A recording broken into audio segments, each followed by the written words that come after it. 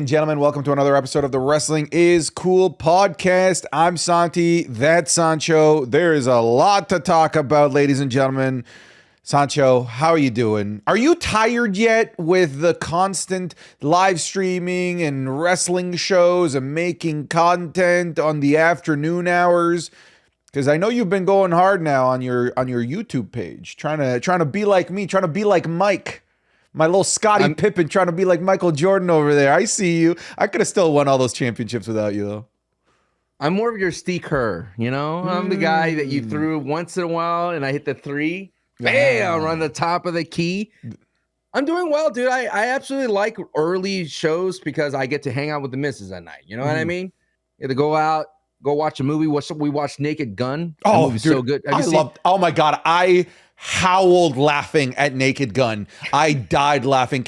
I'm going to spoil one of the bits because I'm going to tell you the bit that I died laughing at. It's when Liam Neeson is stuck in the Tesla that's just speeding down the highway. And then he like a badass shoots out the window and kicks it out. And then all of a sudden he looks up and there's a clown with 50 balloons. He runs into the clown. The 50 balloons go in the car. Then he looks up and then there's two beekeepers. He hits the beekeepers. Then the car's now full of bees and balloons, and then he looks up again, and then there's two guys with a windshield. He hits the guys with the windshield perfectly places onto the car. And now he's stuck in there with the balloons and bees. And me and every male adult over the age of 30 were in that theater cackling at that scene. I absolutely love Cody Rhodes in it too, dude. I was like, yes, Cody Rhodes, dude. Batista's in it too. Yeah, Batista was in it too, dude. Oh man, yeah. So hey, I like the early shows too. It frees me up a bit, gives me a Friday back, gives me a Monday back, and I get to hang out with the family, dude. What about you? What did you do? I know you saw it the other way. Well, for me, it was really busy because the daytime is my YouTube making schedule. So it's your me time. It's my YouTube time, actually, if anything. So having to go like from recording YouTube, like planning all the videos stuff, and then immediately going into watching wrestling, like it was like I like having my work days split up into two, but this was all one big glob. But it did give me room in the nights to do stuff. Like, for example, we went to go watch Weapons this weekend. I love that movie. Yeah. Weapons was a lot of fun. Have you seen it yet, or do you just know? Yeah. Okay. I saw it. Dude, I love the ending. I love the ending of Weapons. I'm at the point where like if they don't spoof the ending of Weapons in Scary Movie 6, that's like a bigger missed opportunity than AJ Styles not winning the Intercontinental Championship in Paris. Ooh, dude, I messaged Karrion Kross, and you know the villain of that movie because he dressed up. He had to sneak into GCW and he wore a wig, and I put the villain of the movie on there like a screenshot, and he was like and he laughed at it. I was like, nice. Dude, that's gonna be the #1 Halloween costume this year. Absolutely. Aunt Gladys. Don't that's not a spoiler, bro. The second she's on screen, you're like, oh, that's an evil person. That's not. People are already cosplaying Aunt Gladys. That's not a spoiler. Aunt Gladys. All right. Aunt Gladys. So put her in the WWE, brother. Let her be the Wyatt 7th. Ooh. Who would be the best scary movie villain to be in the Wyatt 6? That's a great question. I love the idea of Aunt Gladys. I think that's a good one. You usually kind of have to think like more supernatural, right? Like the beastly villains, like the xenomorph doesn't work. The werewolf doesn't work. You can't really have like. You can't really have Terrorizer works. Terrorizer doesn't work. Michael Myers, maybe because of like the head tilt. They already kind of do Michael Myers feels when they're in the background of scenes. That's very Michael Myers-ish.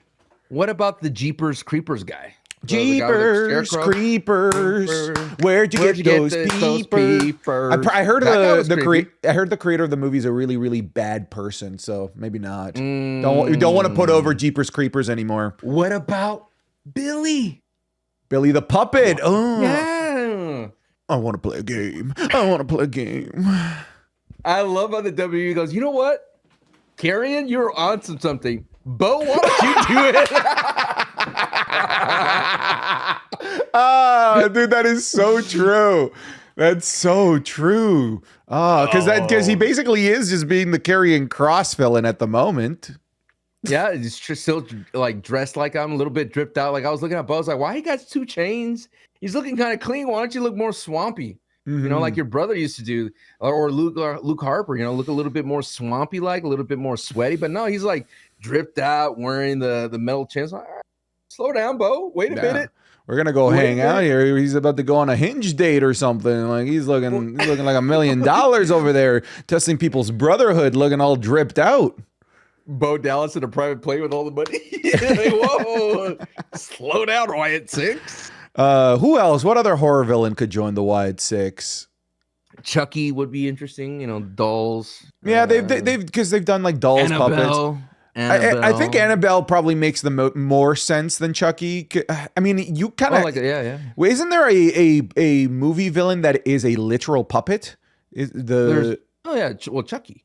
And no, that's a doll, but there is a horror series. Puppet Master? Is it Puppet Master? Is that what it is? Okay. Yeah. Dude, that freaked me out when I was a kid. Dude, that freaked me out too. I did not like Puppet Master. There was a puppet with like a hat and he had like glasses. Yeah. He was creepy. Yeah, and they had puppets with like the little spinny thing. Yeah. I did not like Puppet Master. Puppet Master could ruin nights for me. Like where I'm just not sleeping. Because I do believe, for those who don't know, White Six have that horror maze out there in Universal Studios. Did you hear about this maze? It's really cool, Santi. It's like you go backstage into Gorilla and you're in the locker rooms and stuff in the WWE. It's like that segment when they introduced what Chad Gable got that bullet wound, right? Yeah. It's you literally are walking through that segment. Oh, that's I'm like, cool. dude, that's kind of sick, dude. That's kind of cool. Cool. Yeah, I would go in there dressed like Roman. Yeah, but it has to be Roman before the veneers and with your blue eye contacts. With the vest? Yes. And the vest? You got to go full-blown big dog. You just anytime something scares you, succotash. Ooh. Oh, but it looks really cool. If I lived in LA, I would have gone like in a heartbeat because it's in LA and in Florida. But yeah, dude, like Jason wouldn't fit, but you have to really think of they would be smart to do like if there was like a movie coming out to do a collaboration or to do a match or to do a segment, not as atrocious as Randy Orton. Like, hey, sorry about that, pal. Drink yourself a Fireball whiskey. I'm like, what is this, dude? I went into that segment and be like, oh man, they might announce Randy Orton versus Drew McIntyre Clash of Pairs. Hey, drink the best American-made whiskey, Fireball. And then he's sitting there. Nick Aldis is like, let me get the logo, show it, hold it like this. Oh, there it is. There it is. There we go. So I love wrestling and its silliness. Folks, welcome to the Wrestling is Cool podcast, the coolest wrestling podcast on the planet. You could, of course, be getting this episode 3 days earlier than the rest of the planet over on patreon.com/SantiZab. But if you are willing to part ways with just $5 of your hard-earned cash, yeah, not only will you I love that.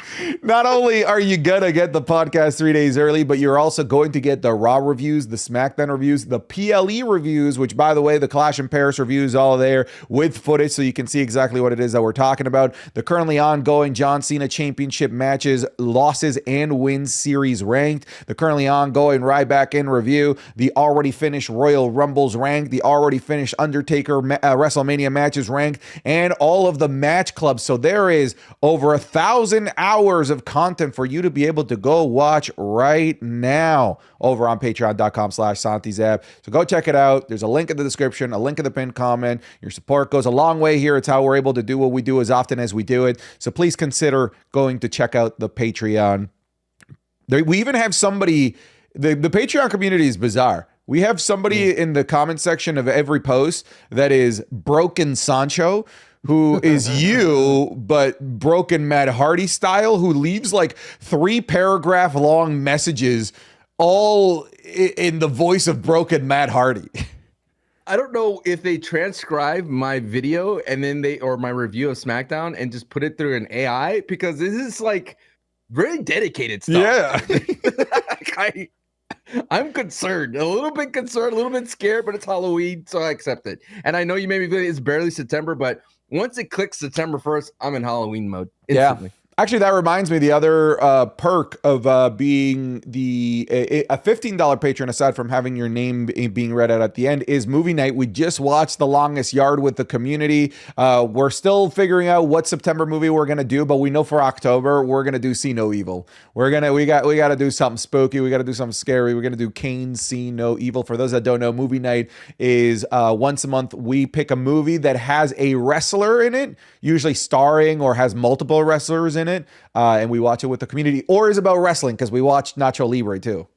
What about The Condemned? Stone Cold. You remember that movie? I don't know after the last one if I want to watch a Stone Cold movie. That guy looked like Randy Orton, dude. That guy looked like Randy, dude. Yeah. And he's in this Dr. Pepper commercial too. Oh. I have a question for you before we kick off into wrestling. Who had a worse day in football this weekend? This entire week, college football kicking off. I'm going to leave on the floor the name of Bill Belichick. My man lost in his opening debut, and he just looks so out of place sitting on the sideline with all this pomp and circumstance of college football. What are you doing, Bill? Like, why are you in North Carolina? You took over Mac Brown. Mac Brown was like an older gentleman, but Mac Brown kind of fits the college vibe. Bill Belichick, you're a Super Bowl champion, and what are you doing, brother? I don't know, man. He's getting paid. He's got a hot girlfriend. I think he's doing all right.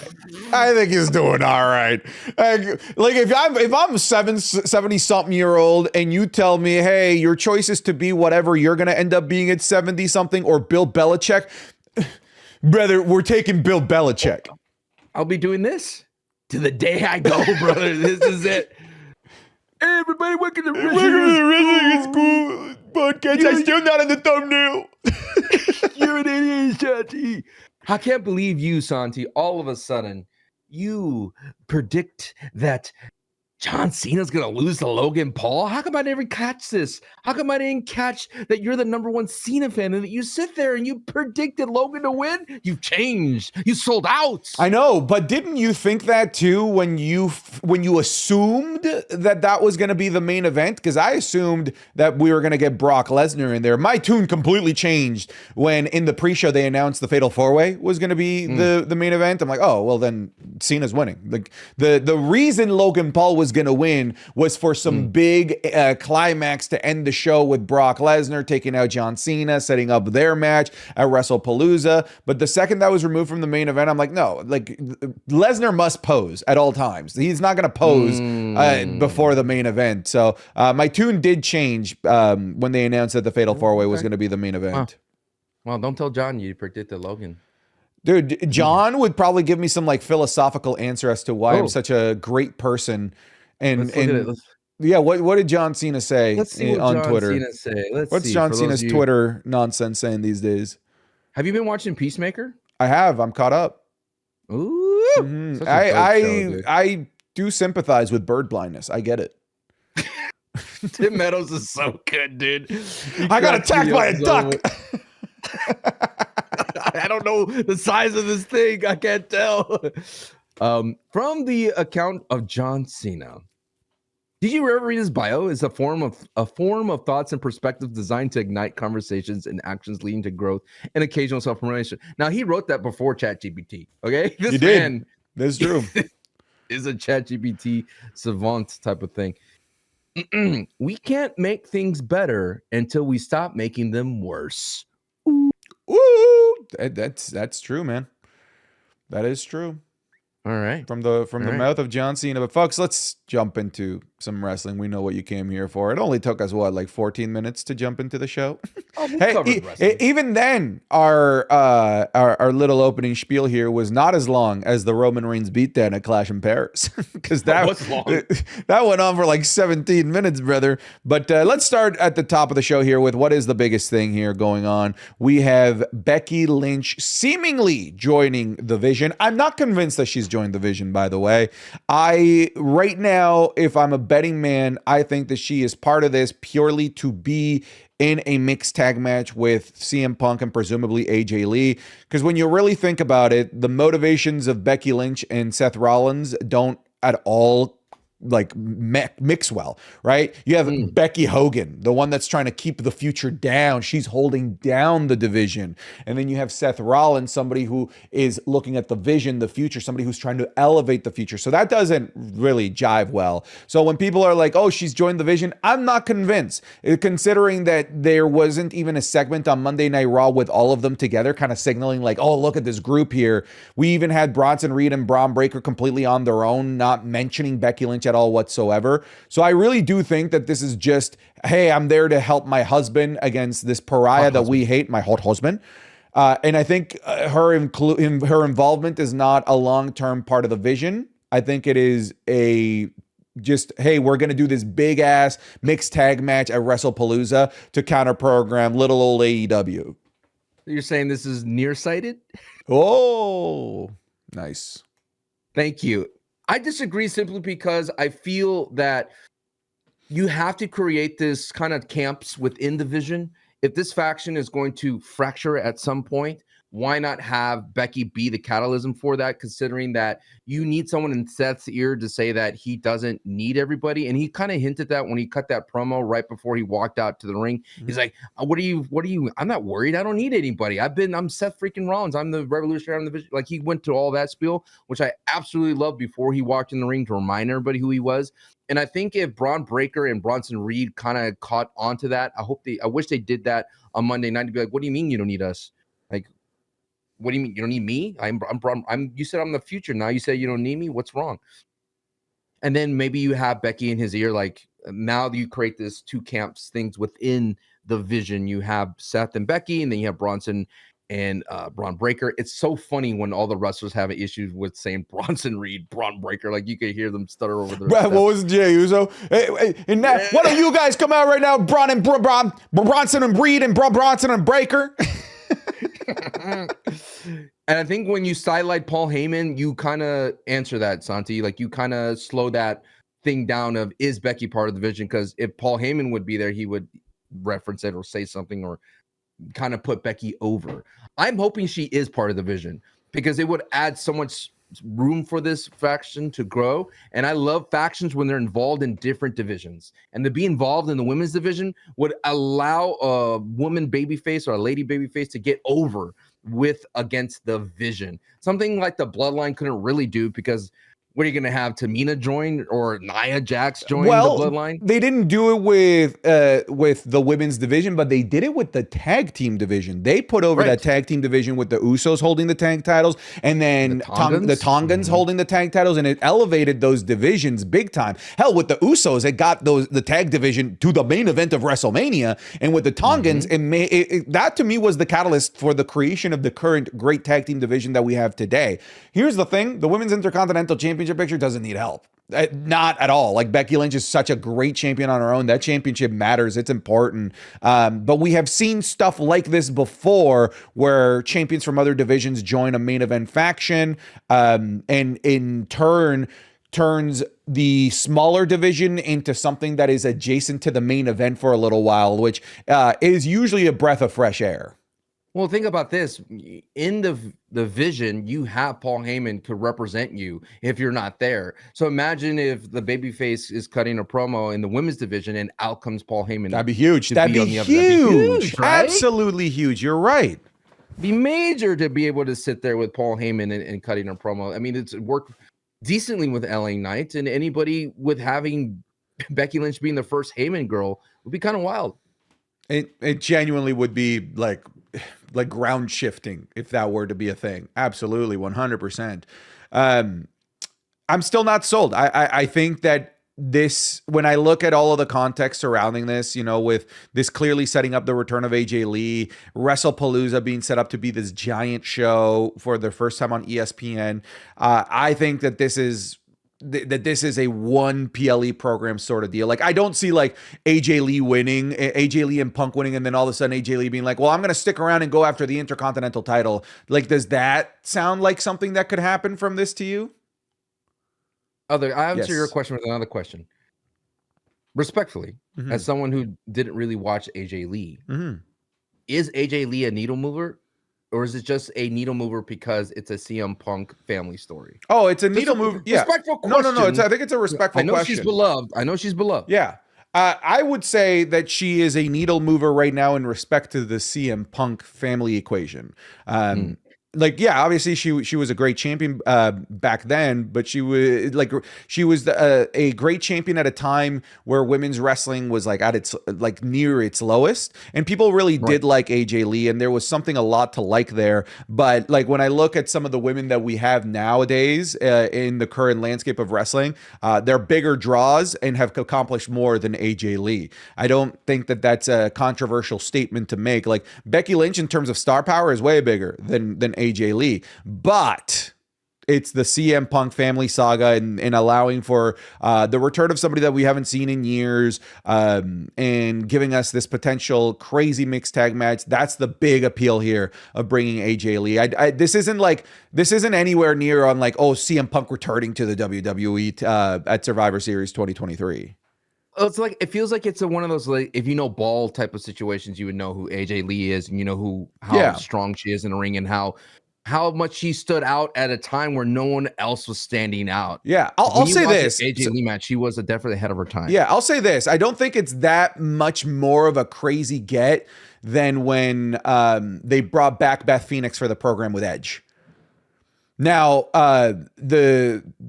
the difference being was that Beth Phoenix was like in and around working with the WWE, doing some commentary work, making some appearances and stuff.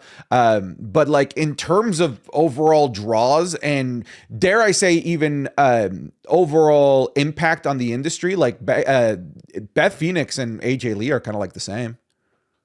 Yeah, because I was looking into it. Is like I feel like the WWE has set themselves up for this opportunity for AJ Lee to make a return.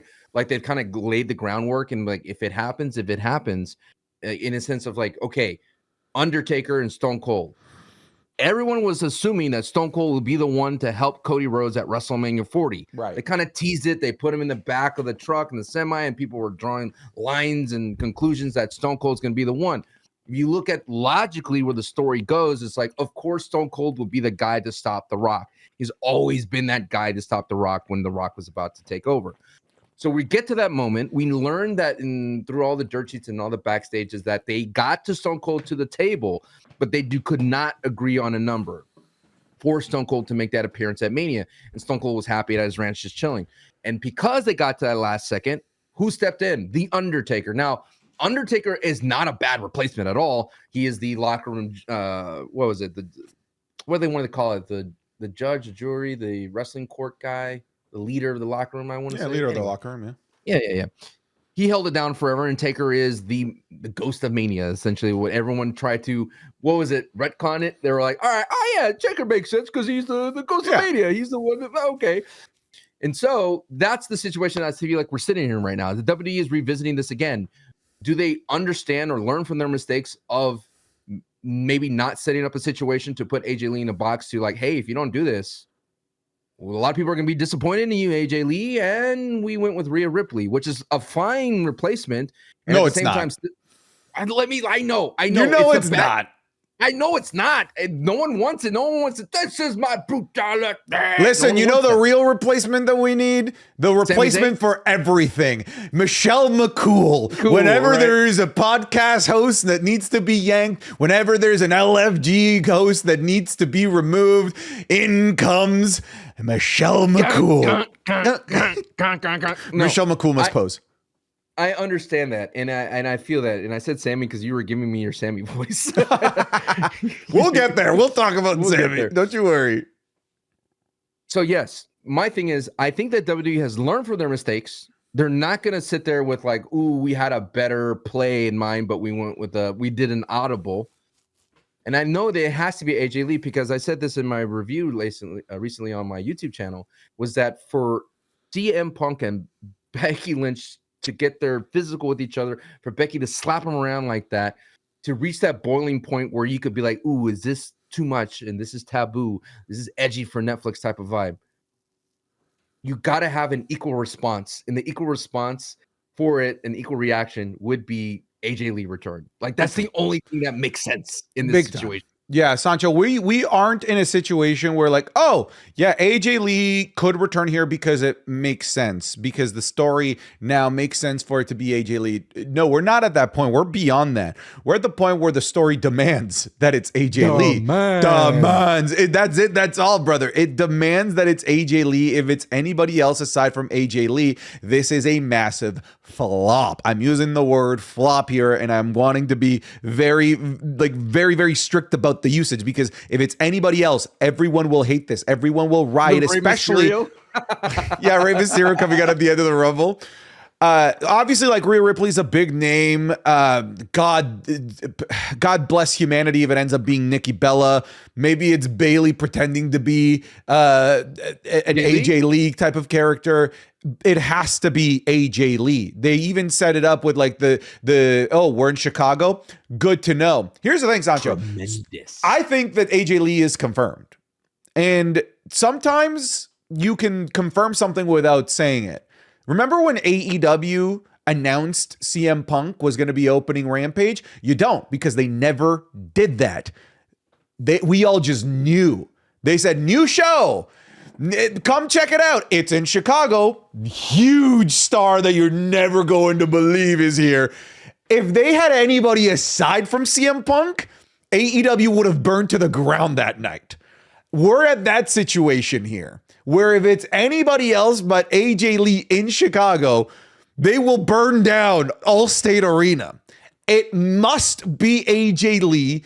Anyone else, if they have any idea of it being anybody else, scrap that idea. If you have not locked down AJ Lee financially, give her the bag. Give her stock in TKO. Anything to make sure that this storyline gets paid off. But I think that they've already agreed to financial terms. I think it's confirmed. I just don't think that CM Punk would go along with a storyline that so clearly hints that it's going to be AJ Lee for it to not be AJ Lee. If this was anyone else but CM Punk, I might be like, they're going to go with something really like safe, like a Rhea Ripley or whatever. But I just don't think that CM Punk would play ball with a storyline like this that isn't AJ Lee.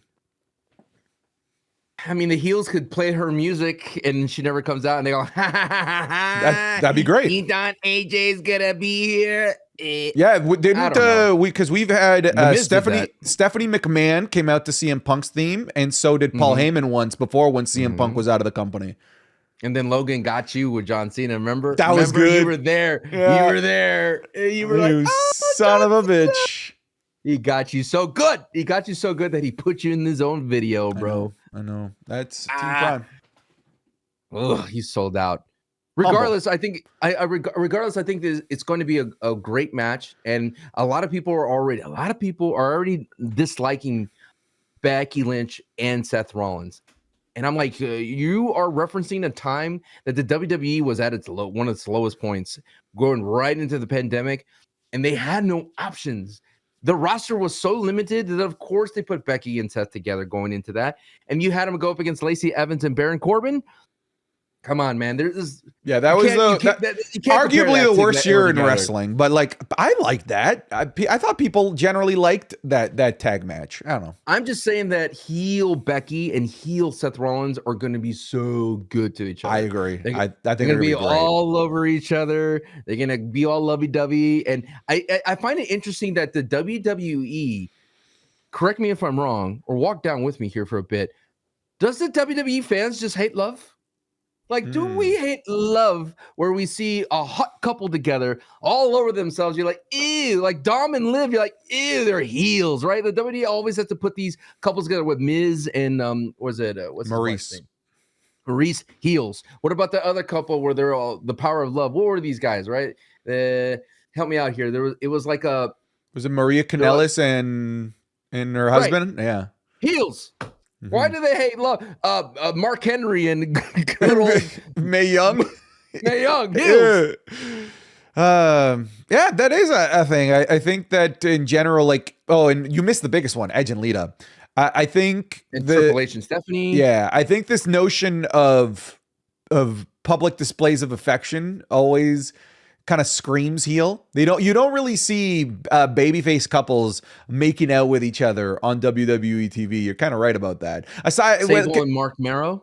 But hey, one of the most famous couples of all time was a babyface couple, Miss Elizabeth and Macho Man. Oh, that brought a tear to my eye. He was like, "Miss Elizabeth, will you marry me?" She goes, "Oh yeah." You're like, "All right." And then guess who messed that up? Hulk Hogan did. Classic. Don't He had to pose. Macho Man. You had to pose even in their relationship. Awful. But overall, man, I'm pumped for this. Mixed tag match is going to be great. You know that there's going to be a moment where there is going to be some male-female violence during that match because the big moment was Baron Corbin hitting the end of days on Becky Lynch. There's going to be something like that happens. It's probably going to be Seth Rollins stomping AJ Lee or something like that because Seth Rollins says, "I hate you and I hate your family" during that Clash in Paris match. Your stupid family. So I'm expecting that big evil heel moment to happen at some point during that match that will set CM Punk in a Ghost of Sparta Kratos-like rage. Yeah, you know what else we're gonna get? We're gonna get the stereo submission holds from CM Punk and good old AJ Lee. Mm-hmm. That's what's gonna happen. It's gonna be a good time, man. But WrestlePalooza, man, this quick spell WrestlePalooza. Spell it. Wrestle, and then it's the Palooza part that gets me. Is it P? I think it's Palooza or Palooza. PALOOZ. Oh, I'm gonna get roasted for saying Z. A. There you go. Palooza. Palooza. Palooza. Z. All right, fuck you, buddy. Hey, whatever, pal. Man. First of all, the British invented the language, so if anybody says the letter Z right, it's them. All right, they invented the damn thing. I don't want to hear your Z. Where'd you even come up with that? Who told you it was Z? You made that up. You made that up. A lot of things here in America, right? We got our own measurement system, brother. Yeah, so it's happening at WrestlePalooza. I mean, we assume it's going to happen at WrestlePalooza. I initially thought that if we were going to get AJ Lee back, that it wouldn't be back until like Survivor Series War Games. Kind of like to do a, hey, CM Punk came back at War Games. Now so is AJ Lee now is also coming back at War Games. But it looks like they're moving full steam ahead considering we have Friday Night SmackDown here and it looks like CM Punk's going to be there. If AJ Lee doesn't appear at this episode of Friday Night SmackDown, are you going to be disappointed? Like, what do you want? Do you want AJ Lee coming out? Do you want CM Punk saying AJ Lee's coming? What do you want to see on this episode? Basically, what I'm saying is, do you want AJ Lee's first appearance to be at the match, or do you want her to be part of the build? I want to be part of the build. Okay, that's what I want. I don't think we get her lighted up theme here. Does that make sense? I want to hear it at WrestlePalooza. Mm-hmm. You know what I mean? Like, let her do a run-in. Let her do a save. It's going to be hype no matter what. Like, it has to be part of the build so it could lead into the video package that they're going to sell at WrestlePalooza. Right. Yeah, I think there could be some magic in having her be completely off screen until WrestlePalooza. I think they could do something really special there with CM Punk basically having to eat shit for the next 2.5 weeks. And then finally, once it comes Lord of the Rings? Lord of the Rings, sure, horse? Why not? She shows up on the horses just like the Knights of the Vale at the end of the Battle of the Bastards to help CM Punk, or Carlito showing up late for his match at Fastlane. Do you remember that? Maybe we do something like that. No, what I'm saying is there could be some magic in waiting on the interactions between Becky Lynch and AJ Lee until it gets physical at the match, because you can just continue to build Becky Lynch to be this awful person that just cannot get her just desserts because CM Punk won't lay hands on her until WrestlePalooza when AJ Lee goes out there and gets it back for her man. But I'm with you. I like the idea more of having AJ Lee be part of the build. I love it. It's going to be really fun. I think like the WWE they stumbled upon something good here. I think they've wanted it for so long, but now they have an excuse to pay out AJ Lee. I'm sure AJ Lee has been holding out for a long time. She could have came back multiple times if she wanted. Well, she could have been at ringside multiple times. She could have been in the Drew McIntyre feud. But here we are. They wanted her to be at Bad Blood, at least at ringside. Yeah. You think Larry gets involved? I mean, we might see a Larry sighting. Then that's the family, right? That's the stupid family. It's AJ Lee, CM Punk, and Larry. You gotta give us a sighting of Larry. You think they're gonna have an angle where Larry gets in the ring? You think they're gonna do the Jack Black moment where he punts Baxter the dog off the bridge and Anchorman? I was for some reason I thought of Omos and Microman. Like, oh God, jeez. Oh Lord, dude, that picture of Omos holding Microman like a loaf of bread will always be ingrained in my mind. That should be a motivational poster, man. This should be on a Topps card. Oh, that should be a Topps card. Yeah, I like that. I would get that card and have Omos and Microman sign it. That's a great idea. That is a great idea. The other big thing this week that we had, aside from a bunch of stuff at Clash in Paris, which we'll get to, is Sami Zayn. Is that much it bothers you? You pushed it up so high? I did. We gotta let's just get through it. Sami Zayn is the new United States champion. I want to give you the floor here. What do you think about all of this, man?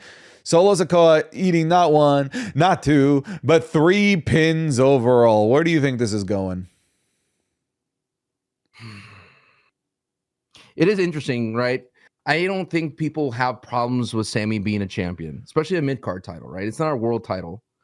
I think where people have problems, and I myself question it, is Sami Zayn basically cut the line in front of 2 people that we were excited for. You go from LA Knight, and LA Knight has a title, and guess who challenges LA Knight? Jimmy Uso. And he calls him the United States Tag Championships. I'm like, all right, Jimmy. And then Jimmy gets pushed aside to go help out his twin brother, Jay, and slaps the hell out of Gunther. And then who comes along to challenge LA Knight's United States title? Jacob Fatu. Oh, okay. Jacob Fatu beats him at Mania. Like, all right, now we're in this Jacob Fatu era. Solo Sikoa screws him out of the United States title. Jacob Fatu goes into a cage match, says, I don't want the title, basically, and beats up Solo. He gets screwed by MFTs at the end of the day. And here we are. Who's going to be able to get the comeuppance of Solo Sikoa? Who? Sami Uso comes in to steals the comeuppance. And that's the most common thing I feel like in pro wrestling people forgetting. If there's a feud between a heel and a babyface, who gets the last laugh? It should be that babyface that gets the last laugh. But when Sami Zayn is that babyface that comes in and gets the last laugh for multiple people, not only Jacob Fatu, not only Jimmy Uso, but Chad Gable. Remember when Chad did all their homework and did everything, and then here comes Sami Zayn, put his name on the project and gets that A and gets the medals? That's where people have a problem with it, Santi. I'm interested to see this. It is main event WrestleMania, Sami Uso. Is he going to steal Jay's entrance too? Is that what's happening? There's so many questions I have for this. Where does he go? Does he do open challenges? Is this a way, Santi, to open up the door for John Cena to answer the call, to have time is but a flat circle moment? I don't know. If the WWE is booking for moments and the WWE wants that moment, fine. But they just sacrifice Jacob Fatu and they sacrifice Solo Sikoa and the MFTs, who are desperately needed on SmackDown to be a good heel faction. Because without a heel faction on SmackDown, there's nothing for anyone to do. The Damian Priestes of the world, any kind of mid-card babyface, because it's undisputed championship or nothing there. And without the MFTs looking strong, it's going to be barren for a while, brother. I fully agree with you. I'm in the camp that I thought that this was ridiculous. I think it's going to be fine though. Like I'm bought in. Okay, sure, whatever. Sami Zayn is United States champion. I do think that there's some problems. You listed out a bunch of them. The other problem for me is that the championship transfer fell completely flat. And the reason it fell completely flat is because WWE left out Solo Sikoa in the sun to turn flat. You know, they opened him up like a 2-liter bottle of Coke, left him outside for a couple days, and then Sami Zayn drank him. You know, like, that's not very satisfying. That doesn't quench a thirst. This is a man that ate a pin from Sami Zayn, then ate a second pin from Sami Zayn, and then eats a third one to lose the title.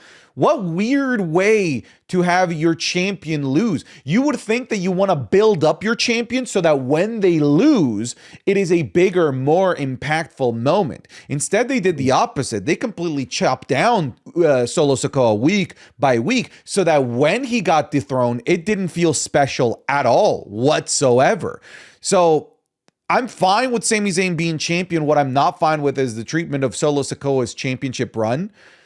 I thought that they were going to have Solo win this because I was like, there's no way they're going to have him lose 3 times. And then the third time he loses the title. I'm going to follow the rules of 3. He loses the first 2 and then, ooh, evil Solo Sikoa with the MFTs twirls his mustache and finds a way to get away to fight another day. But no, having him lose here was weird. It was flat, man. Incredibly flat. Now, I am wondering if perhaps this is a test run, like they did with Jey Uso when he seemingly randomly won the Intercontinental Championship from Braun Breaker there last year on Monday Night Raw. Like kind of like how Solo lost his championship here randomly on an episode of Friday Night SmackDown. Maybe this is a trial run. Maybe this is a trial run before they do a full-blown Sami Zayn push to the world title. We know that Sami Zayn is probably at this point, if you look at sports betting sites, I wouldn't be surprised if he's the odds-on favorite to win the Saudi Royal Rumble later, not in 2025, sorry, in early 2026.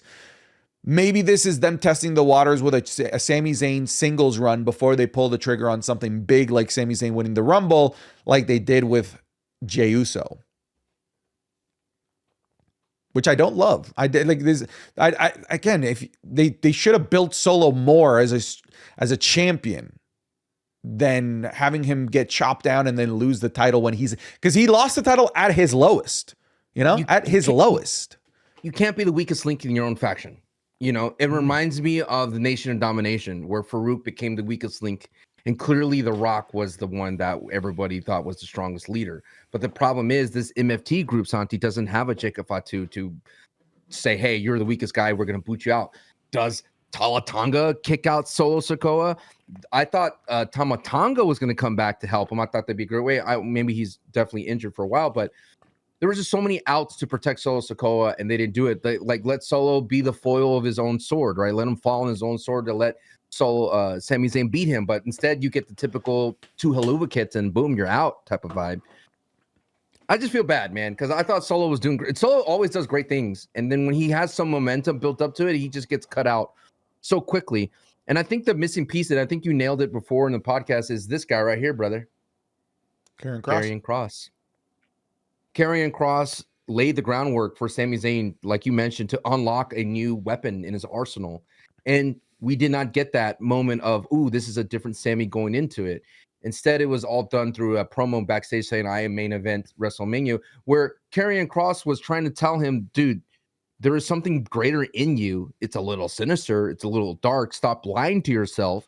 And if you stop lying to yourself, you would realize you can be a world champion if you went to places where you deemed that you can't go because you're the good guy. You're not a good guy, Sami. You're not a good guy at all. Okay? So Karrion's the missing piece. And the sad thing is, Santi, after all this fallout from Karrion Kross, we're never going to see Karrion Kross reference. We're not going to see Karrion Kross given credit to for this new Sami. It's all as if Karrion Kross didn't exist. It's all a wash. But where can Sami go? If Bo Dallas comes after Sami, if Bo Dallas is a surrogate Karrion Kross, oh, we. C. And triple A. Theo Howdy. If they That's my weird Theo. That's Theo Howdy. Was that Ray? Ray's serial fact? Hey. That's my AAA voice at all times. It will just be Ray. Fair it up. If they have Sami Zayn and Uncle Howdy work something, and if Sami Zayn loses to Uncle Howdy, because I do feel that the Wyatt Six could use some more gold. Like if they just became like the mega Thanos heel group faction and just starts seeping over and taking over. You ever seen Thunderbolts? I have not yet. Oh, you gotta watch it. I've heard it's good. The Void. For those of you that watch it, they become the Void and just take over everything. Why not let him take over the United States title, dude? Uncle Howdy will look cool with that belt. Sure. Dripped in gold, brother. He already has the chains. Honestly, Uncle Howdy would make a lot of sense going after Sami Zayn, especially with Sami Zayn's wars with his brother Kevin Owens, right? And he's out there testing brotherhoods, right? So there is absolutely something there, especially if Howdy pins the Kevin Owens injury on Sami Zayn. Yeah, like really think about it.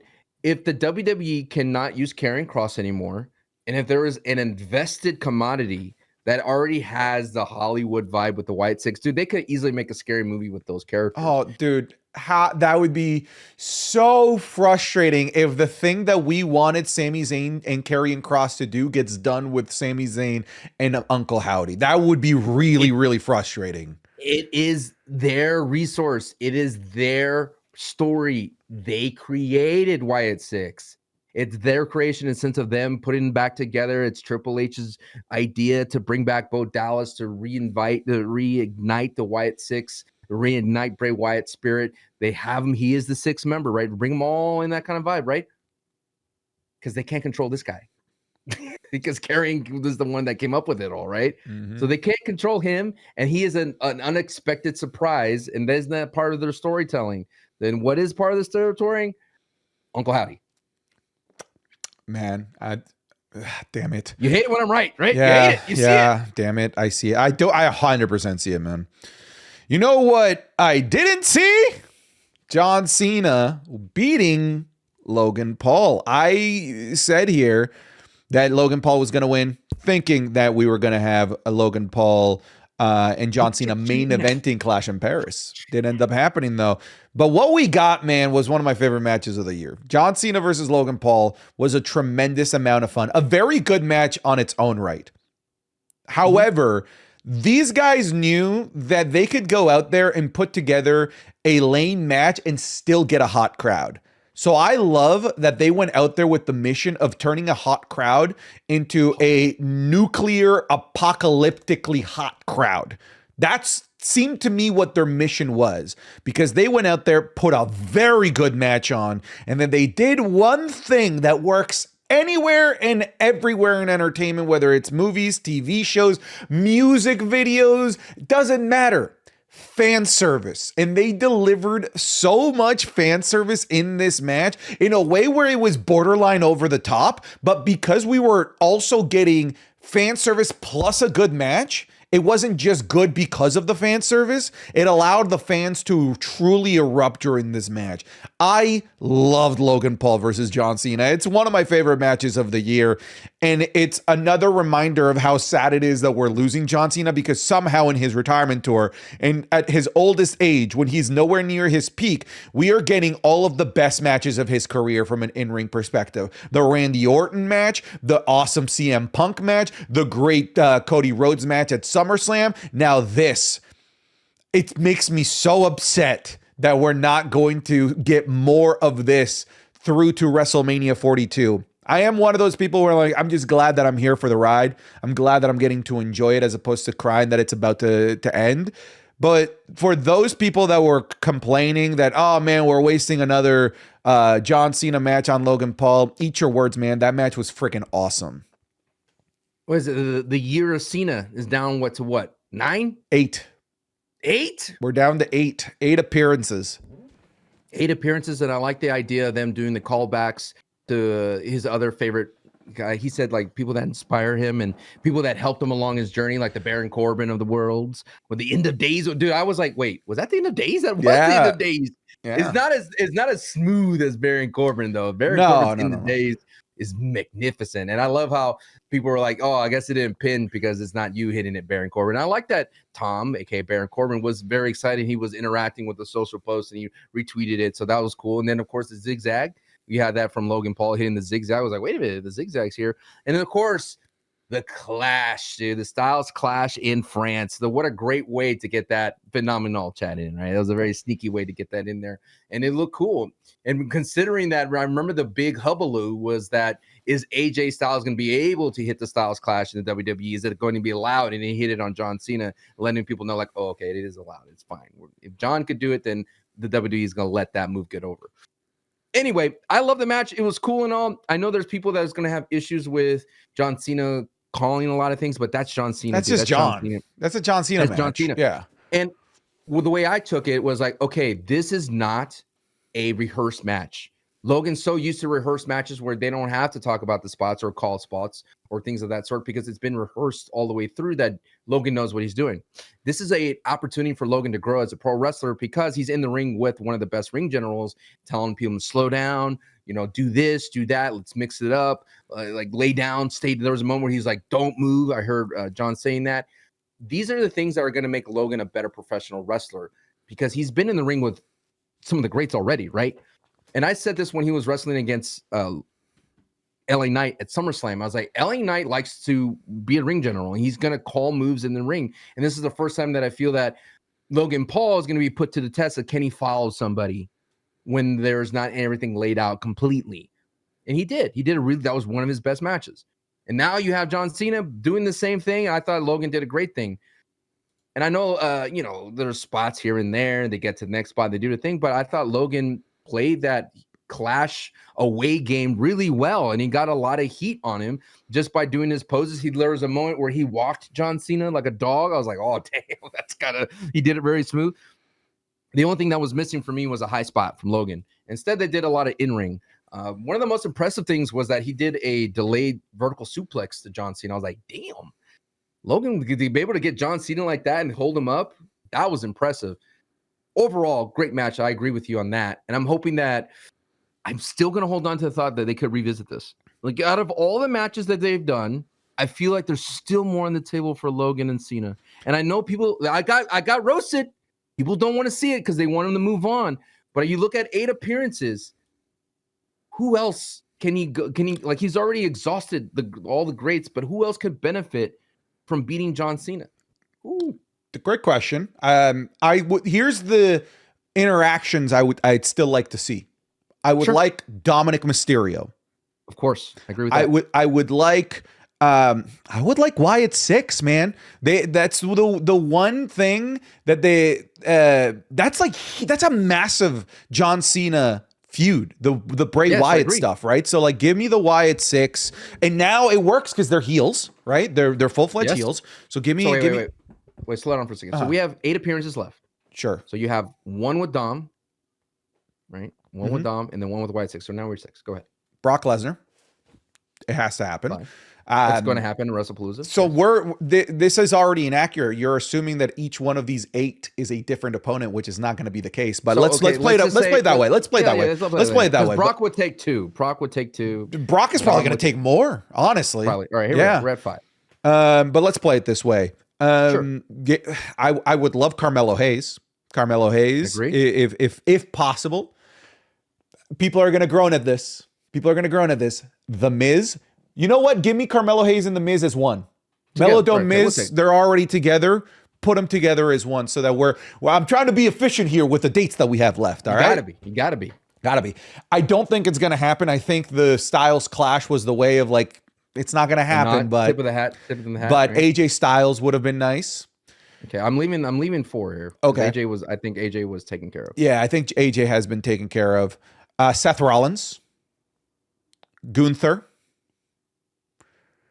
and we have 2 left. Could we sneak in Braun Breaker? Who do you want in this last one? Roman Reigns? One? The big dog? He's someone he's never beaten before?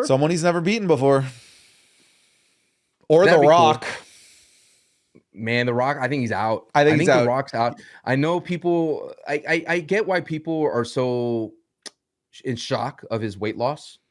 But you have to remember he is in a role in a Martin Scorsese movie where it's supposed to be like a mobster type role. And I think he lost all that weight for that role. And based on the success I've heard from Smashing Machine, where it's like 100% Rotten Tomatoes, got a 15-minute ovation when it got premiered.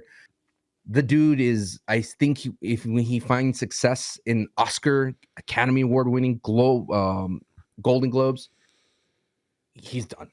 Like he's not going to come back to the ring. Like I think he gave us a solid parting gift as the final boss. Did it end the way it should end? No. Yeah. But he took a poop in our toilet and didn't flush on his way out. He didn't flush, and maybe in the double decker, right in the upper top of 2 at the same time. But at the same time, I do feel The Rock would be a worthy person, but I think The Rock would use like a surrogate champion. Like, John, I know you want to face me, but I'm too hot. Like, he's uber Hollywood now. But here's my champion. Here's my replacement, Michelle McCool. Here's my replacement. It's Cody, dude. Because it can't be Cody, right? Cody's off the board. Let's do it like who can it not be. Then maybe we'll figure out who is the one. Are you talking about like the last John Cena match? The last one. Yes. Well, like you guys last week. It can't be Cody because I feel like the SummerSlam was a great goodbye. Yeah. And they did the whole goodbye with Cody saluting him and whatnot. I'm still on the board with Randy. It absolutely can be Randy. It absolutely can be Randy. The only reason is that they handcuffed themselves by calling it the last time ever when they faced each other off. They did at Backlash. Would you want an Edge? I know people want Edge, but I can't put Edge on paper because he's not. No, that's unrealistic. You're asking me, do I want that? Yeah, but like that, I wouldn't put any pen to paper to putting any sort of mental effort into that. No, it wouldn't be Edge. Side note, I'm on WWE.com looking at the superstars. Greg Miller should be on this list. Someone ousted him. Somebody ousted him, yeah. That's Remember? So funny. He's like, well, who's this guy? He's like, wait a minute. Okay. I think Oba is too green, right? Oba's not even on the main roster. No, not Oba. Do you waste one of those appearances on Ethan Page? I would love for them to waste an appearance. Waste is a crazy word to use here, but Ethan Page or Javon Evans Javon already has the experience with Randy. Maybe the entire NXT roster. He does that one of those appearances where he just runs around the whole show. Yeah, that'd be cool. That'd be cool. Yeah. Okay. He's not gonna waste it on. Okay, let's not use the word waste. That's kind of harsh. Maybe Finn Balor. I'm not saying that's the last one, but one of the ones of the 8. Not now, man. Not how Finn Balor is. Finn's coming around though, dude. But you can't base your reaction to what happened in Europe because Europe is like a different world. Like everyone was going Finn, la la la la. Right? That ain't part of the world. R-Truth. Oh my God, that's a weirdly good one, but they've already played that. They've already played that. Did that. El Grande Americano? No. Okay. Hey, I'm just listing names here. No, I'm not. Jacob Fatu? You didn't name Jacob Fatu. That'd be a good one. That'd be a good one. Not to end the career, but that'd be a good one. Dude, I'm still going back to Randy being the one to end the career. It's leading up to that because it's like unfinished business. It does feel that way. Because like one of the kind of the tracks that I do see is that if Sami Zayn loses to Uncle Howdy, and John Cena's last match is winning the IC title to complete his run, that'd be kind of cool. I mean, it wouldn't be like magnificent. It wouldn't be like the optimal. It wouldn't be 100% hit. It'd be good though. That's a title that is synonymous with Cena. It lands. It lands as a full circle moment to the end of his career because he made his first impact in the company as U.S. champion, as the Doctor of Thugonomics, the spinner U.S. belt. Then he revitalized the mid card in the 2010s with the IC. So the U.S. belt. It would be kind of full circle. There are very few people that deserve to go out on top with their retirement because the laws of the land are you go out on your back looking at the lights. But Sting kind of changed that. He went out winning the tag titles. He went out as a tag team champion. And what John Cena is home? Sorry? What if John Cena takes that belt home? Sure. And then retire the United States title. Whatever, man. I'm down. Give me the friggin' Netflix belt. I don't care. You can take the US title home. The Tadum belt. Okay, I'm looking at the list. I think Dude, a final match at Saturday night's main event for the US title is kind of starting to hit home. Against Uncle Howdy? Even Sami Zayn. No. Boo! No, but did Vikingo just enter the equation? Why am I getting booed? Look, I do like the Wyatt 6. I think the Wyatt 6 is kind of good as a final as a final villain. Let's not forget Gunther, right? There were the big rumors of Gunther being John Cena's final opponent as well. You hitting that Gunther so hard. Gunther. It's Gunther. No, his name is Gunther. Not like Jey Uso says it's Gunther. Gunther. I come from dirt.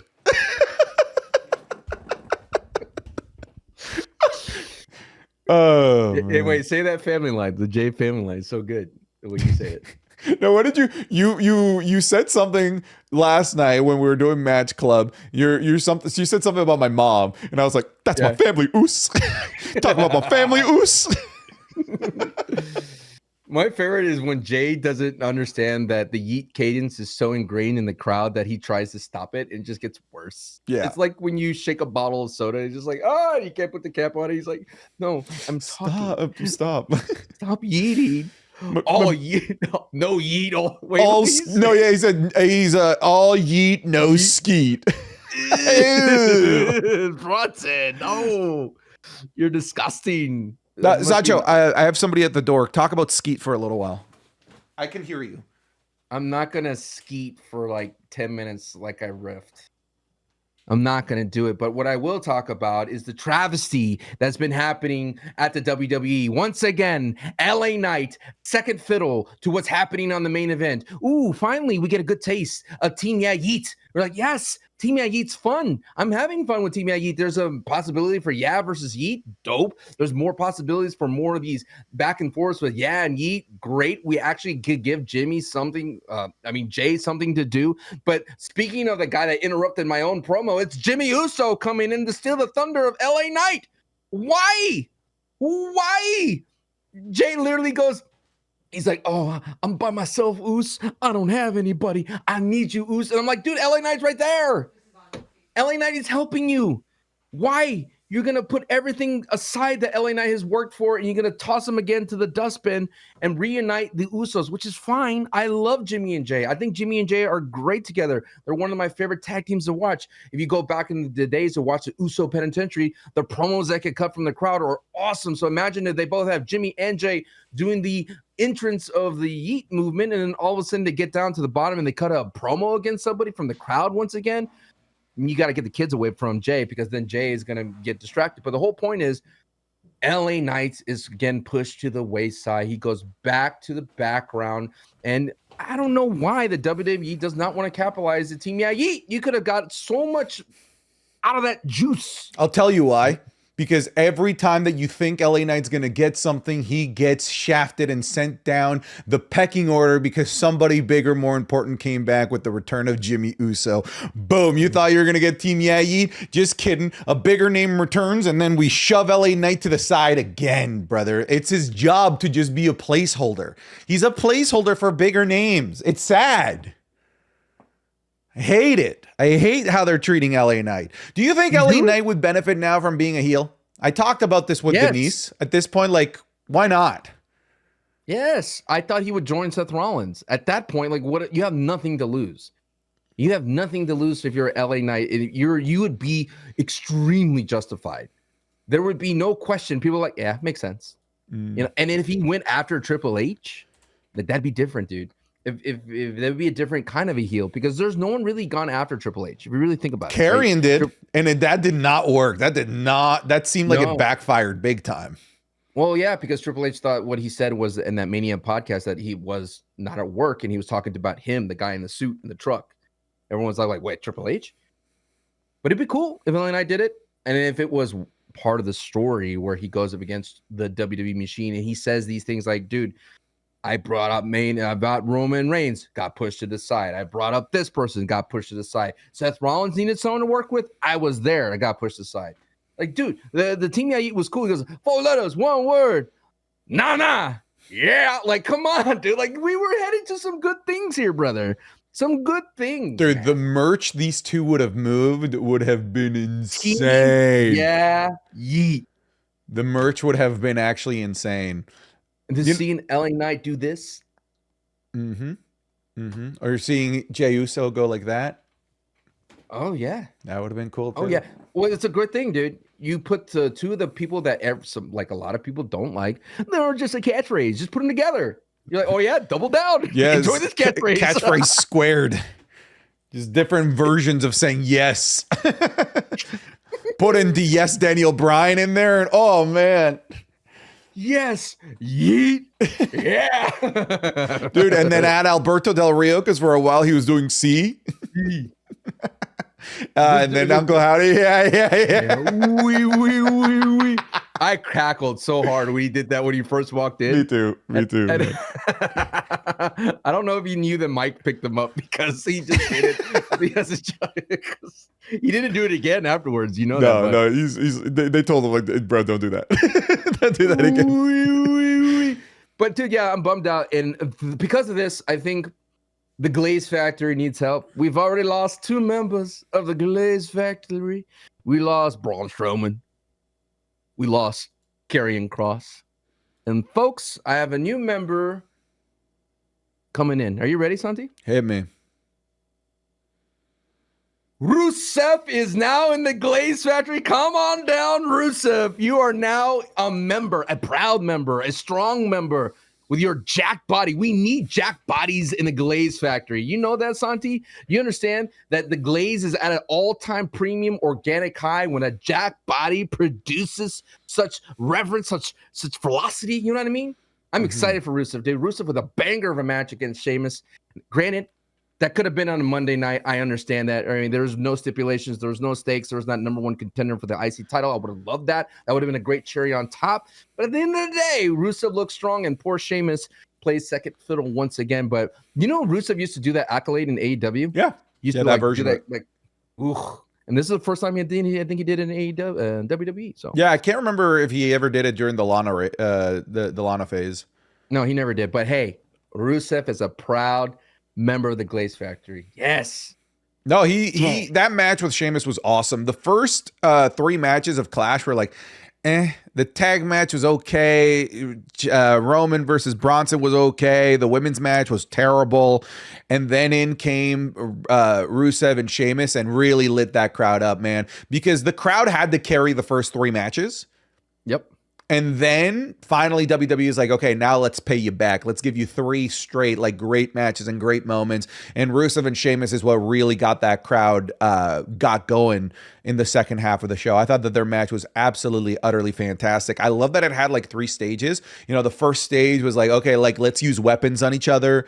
And then the second stage is like, okay, now let's do the cool spots, going through the bar, going through the tables off of the barrel. But like, out of all of the stages, I love the third phase, like the storytelling phase, when they're like the 2 warriors on like opposite sides of the ring, Rusev like crawling, trying to grab the shillelagh. They're building up the shillelagh as this, like, if you hit him with the shillelagh, whoever hits the other person with the shillelagh first wins, basically, right? And Rusev goes to go for the shillelagh hit, eats maybe the nastiest bro kick that I've ever seen. That looked like it caught him flush. I was like, oh, match is over. I've seen this a million times play out. Dude, that kick out was sensational. And then they followed it up with, okay, now he gets the shillelagh hit, and then Sheamus kicks out of that. And then they do the shillelagh, the shillelagh induced accolade, and Sheamus taps for the second time in his career. Brilliant. Utterly brilliant stuff. I'm with you. If you've got Rusev in the Glaze Factory, put me in there, man, because I'm so over on Rusev right now after that match. The only thing, it's like, I don't know what to do with him next. This is why when we were talking about him, I'm like, do it again. Like, whatever, man. Let's do it again. Why not? If it's gonna be that good, I'm never gonna complain. But there really doesn't seem to be much in terms of like next steps for Rusev. We'll have to wait and see. I thought that maybe a good opponent for Rusev here might be like an Ilya Dragunov. It had AJ Styles won. AJ Styles versus Rusev, I think, would have been a great, matchup that we've not seen before. But I think that we are going to be in standby phase here for a little while with Rusev. I think he's going to be directionless for a little bit. I hope not. I think that's the biggest criticism I have for WWE, dude. When someone gets hot, they put them on ice. Look at other people. Stephanie Vaquera, ooh, ice. Yeah. Io Sky, ooh, iced. There's just so many of these stories where you get hot and then it's like, ooh, we're not quite. Julia, ooh.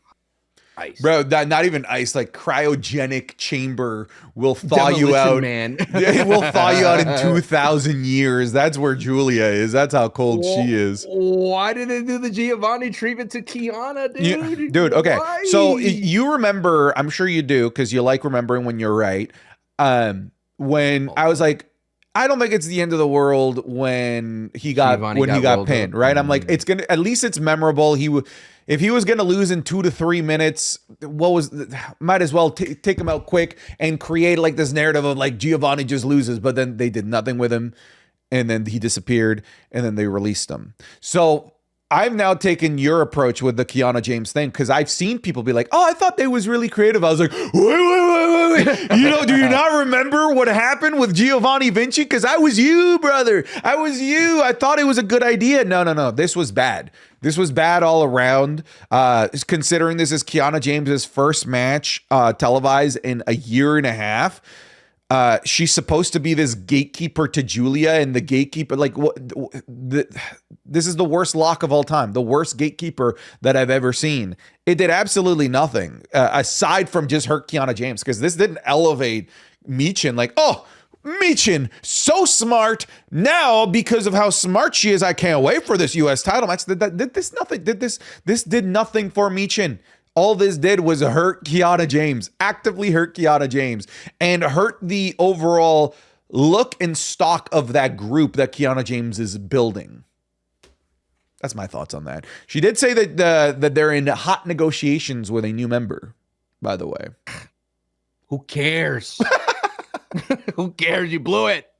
You had an opportunity to do something. Why would Julia want to have Kiana James as her gatekeeper after seeing that performance? What was her plan?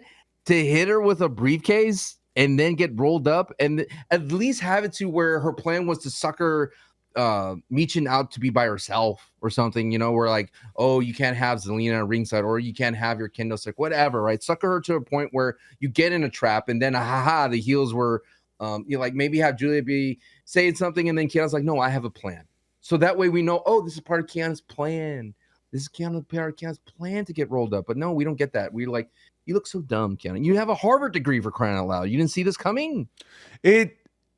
Like, aside from that, how pissed would you be as one of the fans in Lyon getting that? Yeah, absolutely. Right? That was a wasted crowd. Big time. Lyon got wasted. They only had 4 matches and one didn't even count. And that was the second match of the show. And that was like an hour in. It was brutal, man. It was brutal. I always do wonder, man, because that Lyon crowd, that show was very heavy on promos. Like, I know that a lot of people in Europe speak English, but like not everybody in that crowd does. So there were a lot of people in that crowd that are like, je ne comprends pas. I don't understand what's happening here. Which is AJ? No AJ. That's why I liked Raw. It was like all matches. Like, yes. Aside from like the CM Punk stuff and like the opening, like there was very little in the way of promos. It was match after match after match after match. And that's to me where you can benefit from an international crowd. Just do a action heavy show. But Lyon, they decided to go drama heavy. And I think that show fell flat. And like you said, I think it was a waste of a crowd. You know what I hope they don't waste, though, Sancho? Io Sky versus Stephanie Vaquer at WrestlePalooza. By default, this is going to be an amazing match. It's not going to be bad. There's no way that it's a bad match. I'm concerned, however, Sancho. Sure. I'm concerned not if Stephanie Vaquer is going to win. I'm concerned when she does win. I'm concerned about the lack of things for Stephanie Vaquer to do as champion. Because Julia. When I look... Who? Julia 2.0. Yeah. This would be worse because this is the Women's World Championship. And you might say, well, no, they wouldn't do that to the Women's World Champion. Brother, you have Io Sky right there. They did that exact same thing to Io Sky where they had nothing for her and they put her on ice as the Women's World Champion. Because when I look at this, the person that I think is going to win is Stephanie Vaquer because Io Sky has something else going on. She's got the other stuff going on with Asuka, the Kabuki Warriors, Rhea Ripley. It doesn't require her to have the Women's World Championship at the moment. So the most logical thing right now is Stephanie Vaquer winning. But what the hell does Stephanie do? who does Stephanie even feud with? There's no Naomi there. We have Becky Lynch, who is busy. You have Bailey, who when she does come back is going to be busy with Lyra first. The other heel is Asuka, who is busy. What the hell do you do with Stephanie Vaquer? Now, if you're going to tell me, hey, we're going to experiment with new matches in the main event, if you're telling me Stephanie Vaquer versus Ivy Nile in the main event, okay, I'm down. I'm game. It's just that when I see the pieces on the chessboard that are at play, I'm concerned for a Stephanie Vaquer World Championship run. Because cool, sure, we can celebrate them trying new things. Her versus Ivy Nile, like we said. Maybe they try Nia Jax gets moved over to Monday Night Raw. Maybe they try these new different matchups. But it'll be second fiddle to whatever is happening with Io Sky and Rhea Ripley still. What are you thinking? You got that Sancho smile. That smile. That damn smile. Are you gonna be mad at me if I say something? Is this a safe place? See, my trick, Sancho, is that like I'm like the Hulk. I'm always mad at you, so it doesn't matter. Natty Neidhart. Fine, whatever. That's fine. Whatever, that's fine. The thing is, though, Sancho, like we can get mad at me, Dad. we can throw out these ideas, but let's be realistic for a second. Are these ideas that WWE would ever execute on? Because think about how many matchups they could have done for Io Sky that they chose to just not do. That they chose. They had them afterwards. They had them afterwards. They just preferred to have her in catering. So yeah, we can throw out these cool ideas of like, hey, let's maybe change a character and move them up to the main event scene. Let's experiment. Those are all great ideas. Great ideas that I have seen more evidence for the fact that WWE won't do than they will do. So I'm not concerned if Stephanie is going to win. I'm concerned for when she does win. Man, maybe this is where you dig deep into AAA, man. Get them out here, you know. If it's a world title, make it a world title. Cool. Down. Right? Do you realistically see WWE doing that? Come on, you know the answer is no. The answer is no. I mean, the problem is I feel that sometimes the WWE creative doesn't go like that one step further. Like, you know, when you make a YouTube video or you make anything, you could go and make this thing. But if you just take the time a little bit and go one step further, you make a better video, or you make a better story or a better piece of content. And right now the content for the WWE, it's like, okay, you figured out this already. You're taking a shortcut route. You literally have Adam Pearce going, the most logical thing to do is have Io Sky, rather than making it like a tournament or battle royal, making it feel like this next contender is worthy. Instead, you put an Io Sky who's right now, like you mentioned, trapped in bad writing. I know people want to say like maybe it's because English is not a second language. Regardless, if you just like even the native tongue things with Io Sky and Asuka and Kyrie, it's all bad writing. It's just atrociously bad, especially with the Rhea and Io segments. Like, who wrote this? Dude, how many at this point? It's like have a drink every time that Rhea Ripley says, "Io, I respect you." It's every single like, promo. Like, okay, who talks this way? You know what? I've now changed my mind. Hear me out here for a second. I actually think it is the perfect time for Stephanie Vaquer to win. Why? Because you have low effort PLEs coming up. You have Crown Jewel. You can just do Tiffy versus Stephanie without any sort of build, right? You could just... Well, you got to have to. That's the crown. That's the new crown of whatever. Yeah. If they're going to do that or whatever, you can just run Tiffy versus Stephanie. Awesome. Who wouldn't want to see that? And then right after that... You're just going to have her be in whatever War Games match. You know, she's probably going to be on Team Rhea and Io or whatever. And then that gives us long enough. Games. What's that?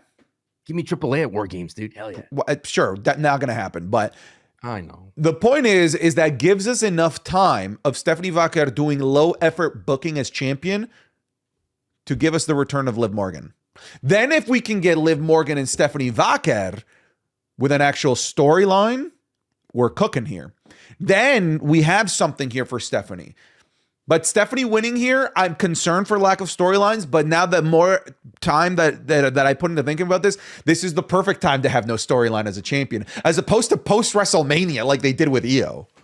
I feel like Tiffy's as well is at least getting into the gearing up Jade and Tiffy are, they're getting something there. They had a good segment with the camera work with the mirror. Like, okay, we're moving along. Oh God, speaking of mirror, Chris Masters over here. Dude, imagine if you just oiled up. Have you oiled up in private? I oil up my private parts. I'm kidding. That's a joke. That's a joke. Go on, Sancho. I'm surprised you haven't said Nikita Lyons. How dare you? Nikita Lyons for what? For Stephanie Becker. Any No. NXT talent that could come on in? Sure. I think Lash Legend is ready, like from a physical standpoint. Jordan Grace. Oh my God, yeah. Jordan Grace would be great. If they could make it happen, but it's too far out. Blake Monroe versus Stephanie Vaca would absolutely eat souls alive with how good that can be. But I think right now, I think if you put the title on Stephanie, it's triple threat stance waiting for Liv Morgan's return. What about Raquel? Raquel would be great. I think literally the only two would be Raquel and Roxy. Right? Raquel and Roxy would be the only two that would be viable contenders for a Stephanie Vaca while everyone else is busy with this Kabuki Warriors Degrassi storyline. Is that not what it is? The life of Io. It's freaking the grassy next generation junior high storyline over there. Hey, my daughter has gotten me on board with Jessie. You ever seen Jessie? No. Jesse's a Disney show where it's about a nanny named Jessie watching over these kids that live in like Manhattan. Like they live in Central Park, upper place. I'd never the Upper East Side. I never sat down and watched like more than one episode with my daughter, but she absolutely loves it, dude. And there's something about Disney humor that kids just enjoy. I don't know what it is, but why is it in my WWE? I don't know. Yeah, I don't know. It is such a because, you could say, oh, like you said, it's a language thing, so maybe like the acting context isn't hitting as hard for us. But when I see Rhea Ripley, and she is speaking, native English, I'm like, that's not Rhea Ripley. That's not how Rhea Ripley talks. This is Disney Channel Nickelodeon Rhea Ripley. What is happening here? Side question: are you expecting a long reign here for Stephanie Vaca, or are you expecting a hot? But like, obviously, all roads lead to Naomi winning back this title, right? Yeah, but that's a year and a half, 2 years away. Right. We got a whole chunk. Do you want hot potato? Do you want a long run from Stephanie Vaca? Do you want a hot potato and then ends up Bianca Belair having it because she's going to return him eventually back into the fold from her finger injury, and then we get Bianca Naomi? Naomi returning at Rumble and then Mania. Yeah, Bianca, Naomi. Like, what do you want from this here? Like, I wouldn't mind Raquel holding on. I think Raquel should hold on to this belt at some point. Raquel with Roxy would work really well. Raquel, dare I say, most improved wrestler this year. I agree. I think for me, what I wouldn't mind hot potato in a sense where if it's for the sake of experimenting with new names. The SmackDown way. Yes, the SmackDown way. If it's to experiment with Raquel, if it's to experiment with Roxanne, if it's to experiment with Ivy, if it's to experiment with new names that haven't been at the top of the mountain, then I'm down for a little bit of hot potato until you can find something or someone that sticks, right? That gets over. Maybe that ends up being Stephanie right off the bat, But I do think what I want in the long term is Stephanie versus Liv Morgan. No, La Ruda. La más bruja. No, dude, I'm with you. Raquel has been absolutely cooking as of late. Working bigger. Remember when Kevin Nash was in The Longest Yard? Big Daddy Cool, brother. I remember Stone Cold in The Longest Yard, too. No. Unfortunately. No. Oh, man. That movie is not one of the best Adam Sandler movies, I would think. Like, the more I think about it, like, I would put that movie on low on the list. Yeah. It's not even a good football movie, That's true. Yeah. No, I've seen much better football movies. I like The Longest Yard, but I feel like I liked them more as a kid. When we rewatched it, I'm like, oh, this is okay. Yeah, it's just okay. Like, if you're a WWE fan expecting to see like wrestlers in their best, I don't think you get that. Like, the Great Khali was probably the most coolest looking one out of them all because he didn't look like the Great Khali. He had the thin, He had the thin mustache, yeah. And that changed the vibe for Great Khali. Goldberg was just Goldberg. Yeah, Goldberg was just Goldberg, and he had an X for some reason on his jersey. But other than that, I just didn't. It felt like I feel like the WWE has grown and matured at a point where they don't let WWE superstars be in movies without kind of, I don't know. Like if you really think about The Rock or Cody Rhodes in this instance and Naked Gun, I think that that amplified Cody Rhodes, right? That made like Cody Rhodes a little bit more pop culture. And I don't think The Longest Yard was that kind of thing because I don't think Hollywood respected WWE wrestlers at the time. Like, oh, you're a big guy. Let's just put you in this dumb movie. Yeah. Type of vibe. Whereas Cody Rhodes, you're a charismatic, good-looking dude, and you're the undisputed champion. Let's put you in this movie. The Street Fighter, you are a very jacked body that is charismatic. Let's put you in as Akuma. Because, dude, when Roman Reigns came out in Clash, I was like, damn, Roman's ready for camera. You know what I mean? Yeah. Chiseled, dude. He got chiseled.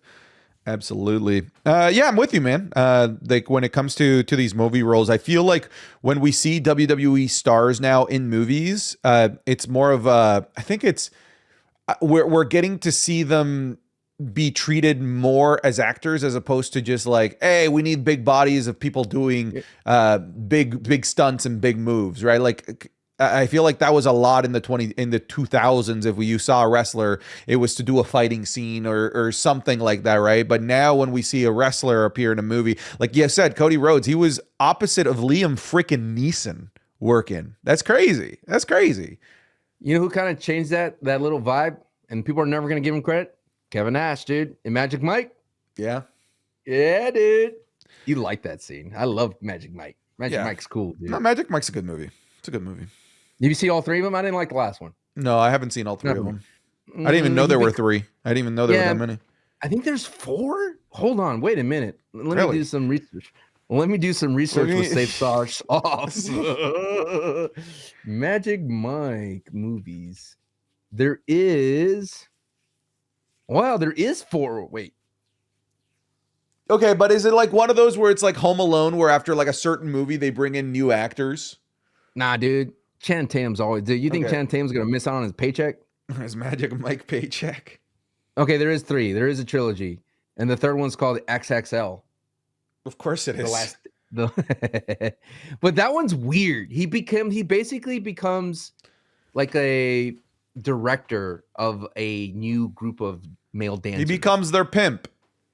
It's not fun for me, you know. You gotta have Channing Tatum get in there, you know. Getting there dirty. Channing Tatum, dude. If Channing Tatum was like younger, he'd be a great WWE superstar. Sure. Athletic, good looking. Let him be like, my name is Jeff type of vibe on the WWE. Be great. Oh man, him in 21 Jump Street. I've seen that movie too many times. It's so good. Did you feel like Naked Gun needed a little Channing Tatum? Oh man, Channing Tatum and Naked Gun would have been great. Would have been absolutely fantastic. But as it was, I thought Naked Gun was great. You popped for a little Batista coming out there? I did. I popped for Batista. Dude, that movie, like I know it's not for everybody, but like I love that style of humor. And it's brain rot humor. There's a joke every line. That's the thing. Like every line is a joke. Dude, the scene with the snowman. Come on. Dude, I was howling laughing at the snowman scene. Guys, go watch The Naked Gun if you haven't yet. We're not sponsored by them, but we could be. We could be. We're not sponsored by anybody, though. Stephanie McMahon is sponsored by Surfshark. Did you see that?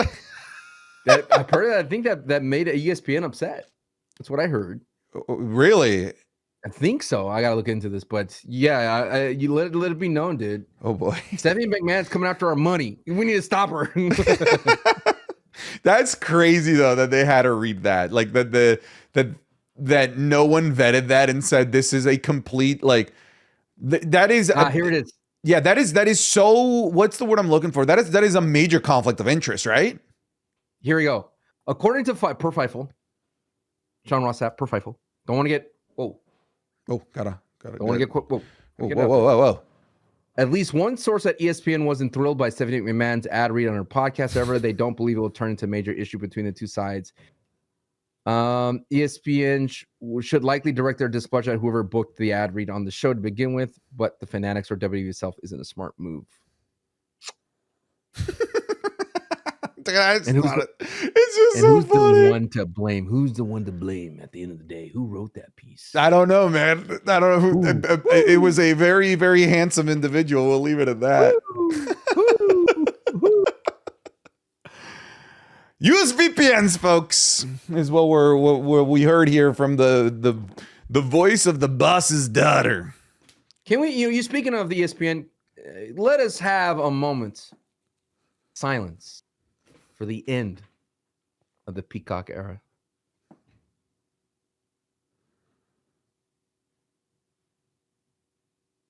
Thank you.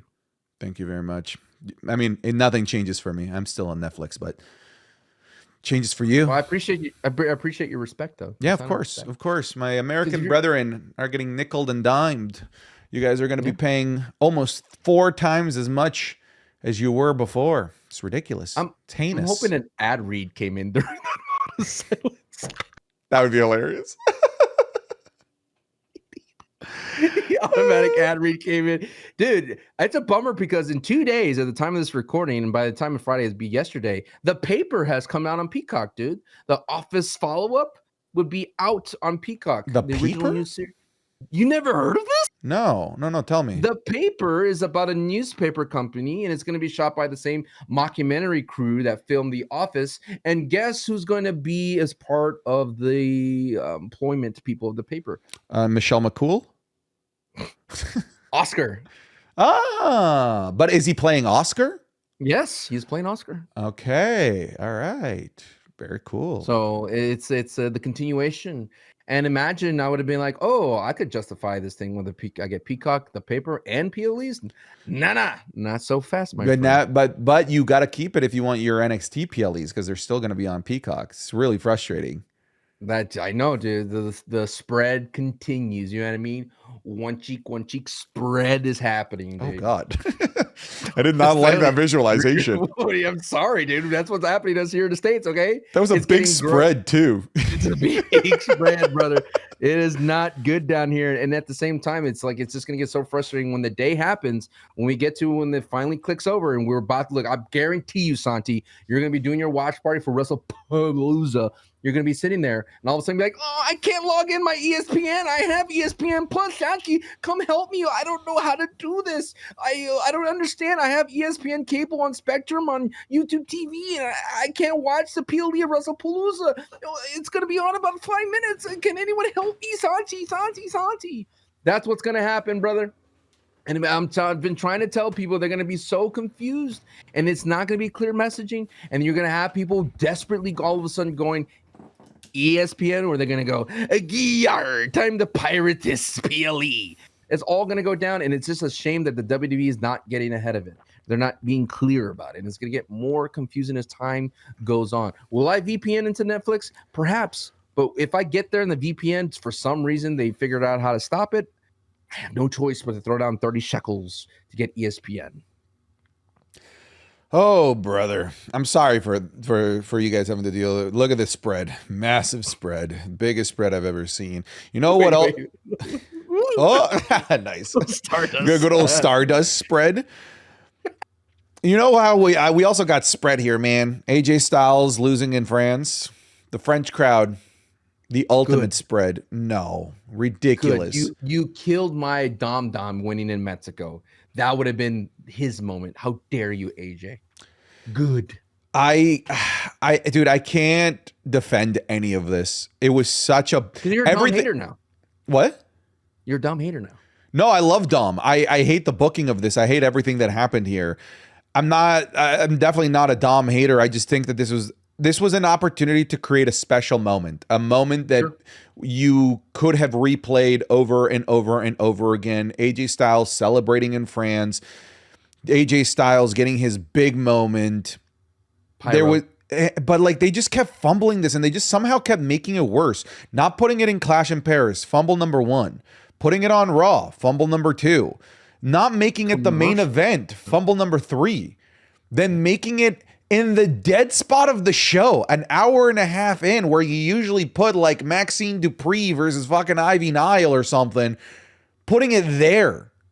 fumble number 4, and then having it end the way that it did in such a deflating way, the last nail in the coffin, everything about that was atrocious. It was so bad. It was just just take your points, take your layup. You want to take the title off of kick the field goal. You want to take the title off of AJ Styles immediately and put it back on Dom. You can, but just take advantage of the crazy viral moment that you could have created by having AJ Styles win there in France. The way that this all turned out, man, like it really was just better off being in Clash in Paris, being like the 3rd or 4th match or something. It really was like because by not putting it in Clash in Paris, by telling us it's going to be on Raw, that created a gears moving situation with the fans being like, well, then it must be because they're going to put it in the main event and they want the big moment. They want the big moment in France, the big title change. But no, all they did was make us wait for something that was underwhelming. That's my thoughts on it, man. It was a complete fumble, complete waste. Oh, ¿qué pasó, Santi? Why you don't like a grande americano, dude? I waited for you to drink that, by the way. Come on, man. Yes, I think it's a clear cut case of WWE overcooking the situation, completely overcooking it. You didn't need to do it. Just take the layup, like you mentioned. Take the points. Don't go for 2, brother. You don't need to go for 2 here. Just go for 1. Just kick the field goal. Just hand it off to Marshawn Lynch. Just hand it off. Why are we throwing it on the 1 yard line on 2nd down? Just hand it to Marshawn Lynch. Just like Sarkisian, brother. Just take the points against Ohio in Ohio, dude. Why? Dude, Arch Manning sucks ass. Yeah, I think he's hurt. He's ass. What's hurt? His ass? Is that what's hurt right now? His ass? I had a great barbecue. I went to my friend's house, man. He's an awesome. This guy made some awesome barbecue. Had nachos, had chip and dip, dog. I was feeding, right? I wore a cowboy hat that day, and I had my Arch Manning jersey. And my parents live nearby this house, and my plan was to go walk to my parents' house and just like hang out with them before I get picked up because logistics. The missus was the kids. And then I was like, I don't want to go for a walk. I don't want to walk down the street with my hat and my Arch Manning jersey looking all sad, doing that walk of shame. I didn't want to do it. Dude, this sucks living in Austin when the UT Longhorns lose, bro. It's just a bummer. You don't even want to watch SportsCenter. You're like, ugh, this sucks. But now imagine if AJ Styles loses and you're on WWE and you want to go to watch SportsCenter, they show, and Dominic Mysterio defeated AJ Styles here. You're going to be upset. You're going to be upset. You know what? They're never going to play that at the Hall of Fame speech for AJ Styles. Never going to do it. Instead, you get a 8-minute chant for for AJ Styles. That was cool. But you would have never seen it if you don't have VPN. I'm sorry.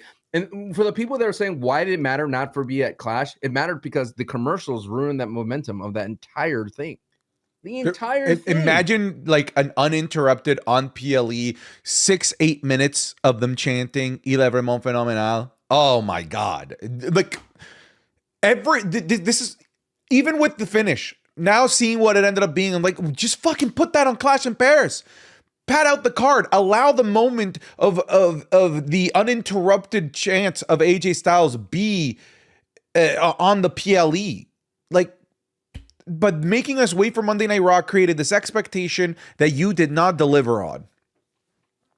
Awful. Terrible. Who are you talking to? Are you talking to Triple H? I'm talking to whoever made this decision, man. The guy in the truck? The guy. Yeah, you, guy in the truck. Awful. Terrible. Dislike. Wow. And now I'm getting labeled as a Dom hater because of that. Ridiculous. No, you were hating on Dom before this. All right, like Dom's IC title is a false gold. Yada yada yada. He's not doing anything. He's just sitting on there, dying on his waist. Blah, blah, blah, blah, blah. Here I am, and I'm sitting here, Dom. I love you, Dom. We have even Wheezy cosplaying as Dom. Where's your mustache? I've done a Dom cosplay. Have you done a Dom cosplay? That's where it is. You suck. All right. What kind of insult is that? My mustache is in my ass. You're just a Dom hater. Just admit it, dude. You probably thumbs down the cosplay from Wheezy because you don't think it's cool. I thought it was fantastic. I thought it was cool. So here we are. Dom now is an IC title going into Worlds Collide. It's time to put the 2 belts on him, dude. It's here or never. I agree. It has to. But where's like my only criticism of the entire thing? Yes, I agree with you about France. Is where's AJ going to get his last laugh? Does AJ just move on? Does AJ go like, can't beat them, I'm gone? Does he recruit Ray? It's going to be, hey, AJ, I hear you need some help. But like, it doesn't matter now. Like, I wanted him to have his moment in France. That was the social agreement that we latched onto. That was the social pact. Didn't happen. Yes. The correct booking didn't happen is what's going on here. We can go through the rest of Clash in Paris here real quick since we're already kind of talking about that. Bronson Reed and Roman Reigns. You wrote here Bronson Reed destroys Roman Reigns, but like I would say it was more Braun Breaker. Braun Breaker did more damage to Roman Reigns than Bronson Reed. So to me, it didn't feel like Bronson Reed got his back after losing. It still feels like he lost more than he gained. Let's talk about that. I was correct in every single prediction for Clash, by the way. I told you Roman's going to win because Roman has to look strong here, man. You can't have someone steal your shoes, Santi, and you can't stand on top. I love the moment where he was signing the shoes and throwing them in the crowd. Yeah. And then Braun Breaker comes out of nowhere like that. He only threw one shoe, so that one shoe is going to be worth so much money. Imagine if you had the pair, it'd be worth more money. That's true. But that was crazy, and it just kept going. It was like a Family Guy joke, but it got a little annoying after a while. Like, dude, let this man die. And then they hit him with a stretcher tsunami. I think, all right, that was cool. But then it just leave. Like, just go. You already hit your good note. Why are you like, we don't need an encore anymore? Because nothing's going to ever top Seth Rollins getting tsunami 6 times, right? We don't need to do that. You hit him with the stretcher tsunami. Like, all right, that's cool. That's different. Yeah, it went on so long where like the complaint was like we could have literally had another match here. We could have done Io Sky versus Stephanie Vaca, but no. Oh, this is so complicated. This is such a tough situation. I'm so sorry, Stephanie. I need more time to figure out what we're gonna do. Goes on to do the most obvious thing ever. Thanks, Adam Pearce. Aha, I got it. Yeah. It went on for way too long. And I just don't think that it was worth it in terms of like, Braun Breaker and Bronson Reed really got a lot of heat back from that. Considering the Vision got its heat back at the end of the show. Well, I just don't think that it was worth how long it went. Considering the Vision always gets its heat at the end of Raw the same way, so nothing different. Yeah, nothing different. Imagine if Stephanie Vaquero just walked out there and be like, open challenge, who's going to answer the call? Who wants to step up? The winner gets the title. Done. That would have been great. And then you hear, but no, Sancho, it was too complicated. He had to run it through an algorithm to figure out what he wanted to do. He needed a few weeks to figure that out. ChatGPT. Yeah. ChatGPT would have probably done like Stephanie Vaca versus Kelly. I've tried ChatGPT with booking and it likes, for some reason, to book stuff from the 2010s. Who should have gone against Stephanie Vaca at Clash in Paris? If it was an open challenge for the World Women's Championship. Okay. While we're here, I had a crazy idea. What? Is this a safe place? It usually is. Not. Get rid of the tag team titles at Raw and create a trios belt.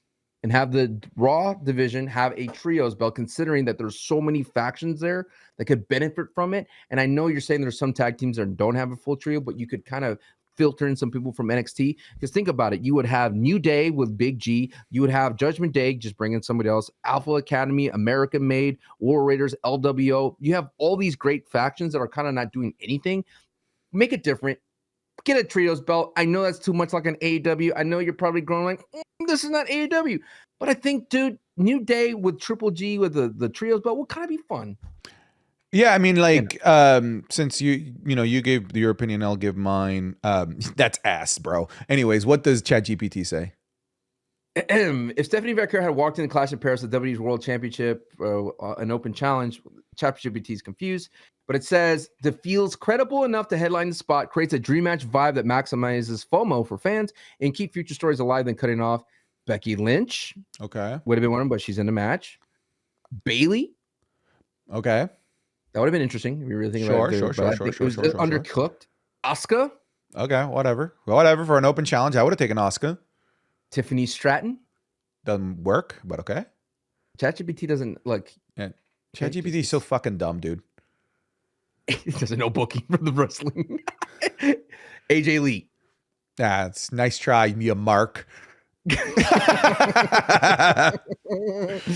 But it says my pick. All right, it gives the options and it goes Asuka if the best goal is the best quality is the Becky Lynch of star power and AJ Lee if the WWE want to drop a megaton surprise. So there you go. Okay, all right, ChatGPT booking worse than Sancho.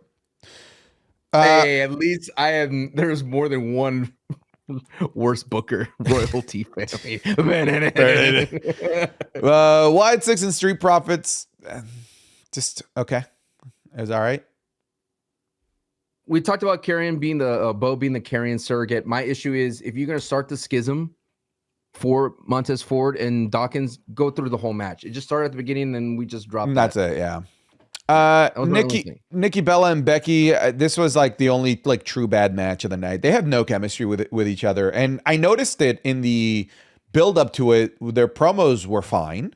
But when they would do like the like brawls and beatdowns and stuff, I was like, oh, like they're like out of timing with each other. It just doesn't feel like they work well with one another. And that's what this whole match was. Just 13 minutes of, okay, let's just get to the finish. I thought this match was not good. This is where I think live events would happen. Now, I know that WWE held a lot of live events leading up to Clash. Like they probably worked the most that they ever did in a long time. And according to Punk, she didn't go to any of them.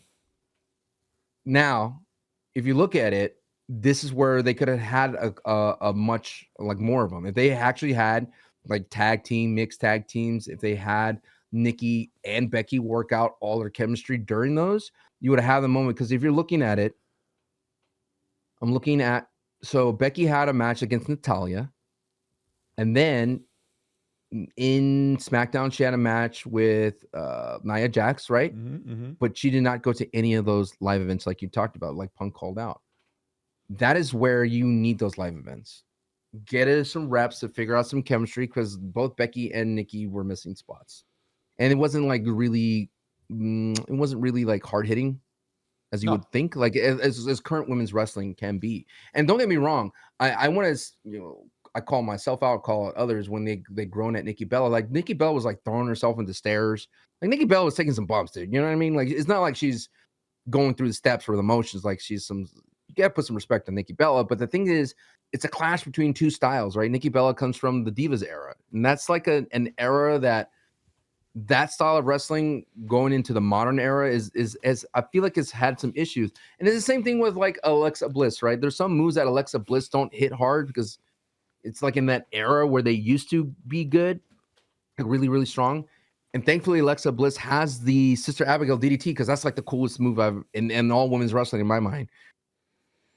So when you look at Nikki Bella and you're like hoping that they could put a banger match with Becky Lynch, it's like the chemistry is not there because the styles are not there. Now, Nikki Bella versus Piper, I think, would have been the better match in general for Nikki Bella, because there's some reason Piper's hard-hitting style and Nikki's selling, like when Piper landed on her, like, good Lord, I could think that would work better, but I just don't see Becky. I think Becky wasn't trying to put a big match against her. They were trying to sell me the goods that Nikki Bella is so close on the same level as Becky Lynch that she could win, but Becky Lynch used the new Lynch pin and created that new tool in her belt that eventually AJ Lee will get out of the Lynch pin. They were just setting that up for the future, unfortunately. And I just don't want to throw away Nikki Bella, dude. I feel like people are harsh on Nikki Bella. I agree. Am I wrong on that? No. People are very harsh on Nikki Bella. I'm not being harsh on Nikki Bella. I'm being harsh on both of them. I thought the match just between both of them wasn't good. Bad chemistry, bad opponents for each other. Don't need to see it again. Dude, imagine if it's, I've CM Punk in Chicago, and I've got one person to help me out here. You can look, but you can't touch. Oh man, Chicago would riot. Finally, they caught her entrance correctly. Every time they cut away before, I was like, what are you doing? Cut away from what part, Sancho? Her entrance. What part of the entrance do they cut away from? Her entrance. Which part? Which part? Which part, Sancho? Which part are you so desperately wanting to see? It's like cutting away from Liv Morgan. Which part, Sancho? I don't know what part you're talking about. It's like cutting away from the glass breaking. Okay, it's what makes the ass. That's the part you were talking about, but you're a coward and won't say it. You see this entrance? You see this entrance, Sancho? I love this entrance. I love this entrance. All right, let's do new heat order. Let's bring it home. They always cut away from her entrance. What part? Look. I think they cut it away from. No, did they cut away from the Royal Rumble? I don't remember. I'm not. There you go, guys. Sancho is very upset about them cutting a very specific portion of Nikki Bella's entrance. It's like when they took away Nia Jax's eye entrance. And remember, it changes her vibe. Remember they did that? I'm a monster. Yeah, it's totally not the same thing. It's not. Nice try. You just want the Nikki Bella portion of her entrance. It's like cutting away from Roxy Perez's entrance now, when she stares into the camera. Good Lord, Sancho. La Ruda. It's like cutting away from Finn Balor's. Don't change this. Yeah, we know what you. I know what kind of man you are. It's like cutting away from Cody's woes, dude. I know what kind of man you are. Like, and they cut to a different angle to the crowd where he goes, "Whoa!" It's like cutting away from Stacy Keibler's entrance into the ring. Yep, that's more your flavor right there. New heat order. It's like cutting away from Liv Morgan when who does it with the belt? That's Alexa. Right? That's Alexa. It's like cutting away from. Oh my God! Stop trying to bury the lead here. All right, you just want the Nikki Bella twirl. All right, stop trying to bury the lead. It's like cutting away from AJ Lee skipping down the ramp. Come on, dude. It's part of her entrance. Nice try. That won't work on me. I know what kind of man you are. I see through you, brother. Wee. It's like cutting away from Bray Wyatt blowing on the Latin, dude. Come on, dude. It's all part of the entrance. All right, new heat order. For those of you new to the new heat order, we talk about who has the buzz, who has all the fun, who gets us excited to go into the next week of wrestling. Is AJ Lee number one? It's a rare pick. It hasn't appeared on TV. You know what? Just do it. Just do it. Just do it. I think it's AJ Lee then Becky Lynch. I agree. Going to answering the call of CM Punk, face me man to man, comes out with a whoa, and out comes out wearing Fiend pants, by the way. And I think she did a great promo. It was like her best line when that whole thing was like, "You don't know how it feels that the crowd doesn't care what you're doing, chanting your name in my matches." It's like, oh, well, they're now going to start chanting AJ Lee in her matches. She doesn't work here, you dope. Doesn't even go here. I just want to be. I'm all happy that we all love each other. She doesn't go here. Mean Girls. Number 3, CM Punk. Yeah, I'd go Punk and Rollins. Honestly, round that out. Okay. At 1, 2, 3, 4. I did enjoy Punk's things like Seth's hiding behind you. You know, you should not be regulated to just being Seth Rollins' wife. You are the man. That was a cool. Put her over. Put her over. What if Roxy answers the call? No. It literally cannot be anybody aside from AJ Lee. I'm not here to try and I'm not here to try and negotiate. Brother, they're expecting AJ Lee in the wreckage. That's all we want. What if it's Nikki Cross? No. What if it's Natalya, dude? Number 4. Who do we got here? Number 4. Well, number 4 is Seth Rollins. No, I put Punk and Rollins in the same boat. You know, they like Rollins didn't really do anything though. If you really think about it. I mean, the Clash of Paris. Cena. Yeah, I put Cena at 4. Cena, Logan. I'd put Logan at 5. Honestly. Yeah, I like Logan. What's gonna be like? People are not attributing or contributing to Logan's rise is that he makes videos, vlogs, really well-produced vlogs of his WWE ventures very highly entertaining. They got the little backstage segment, and if any injury he has, he shows you him going through that. I think the WWE took a lot of inspiration for their Unreal from Agreed. Logan Paul, but I think Logan Paul adds a little bit of that flavor to where, I don't know, man. I feel that I still think there's a lot in this tank with Logan and Cena. I really do. And I know I'm alone in that island. If it wasn't 8 minutes, if it wasn't 8 appearances, I'd agree with you. But no, we can't do Logan again. Number 6.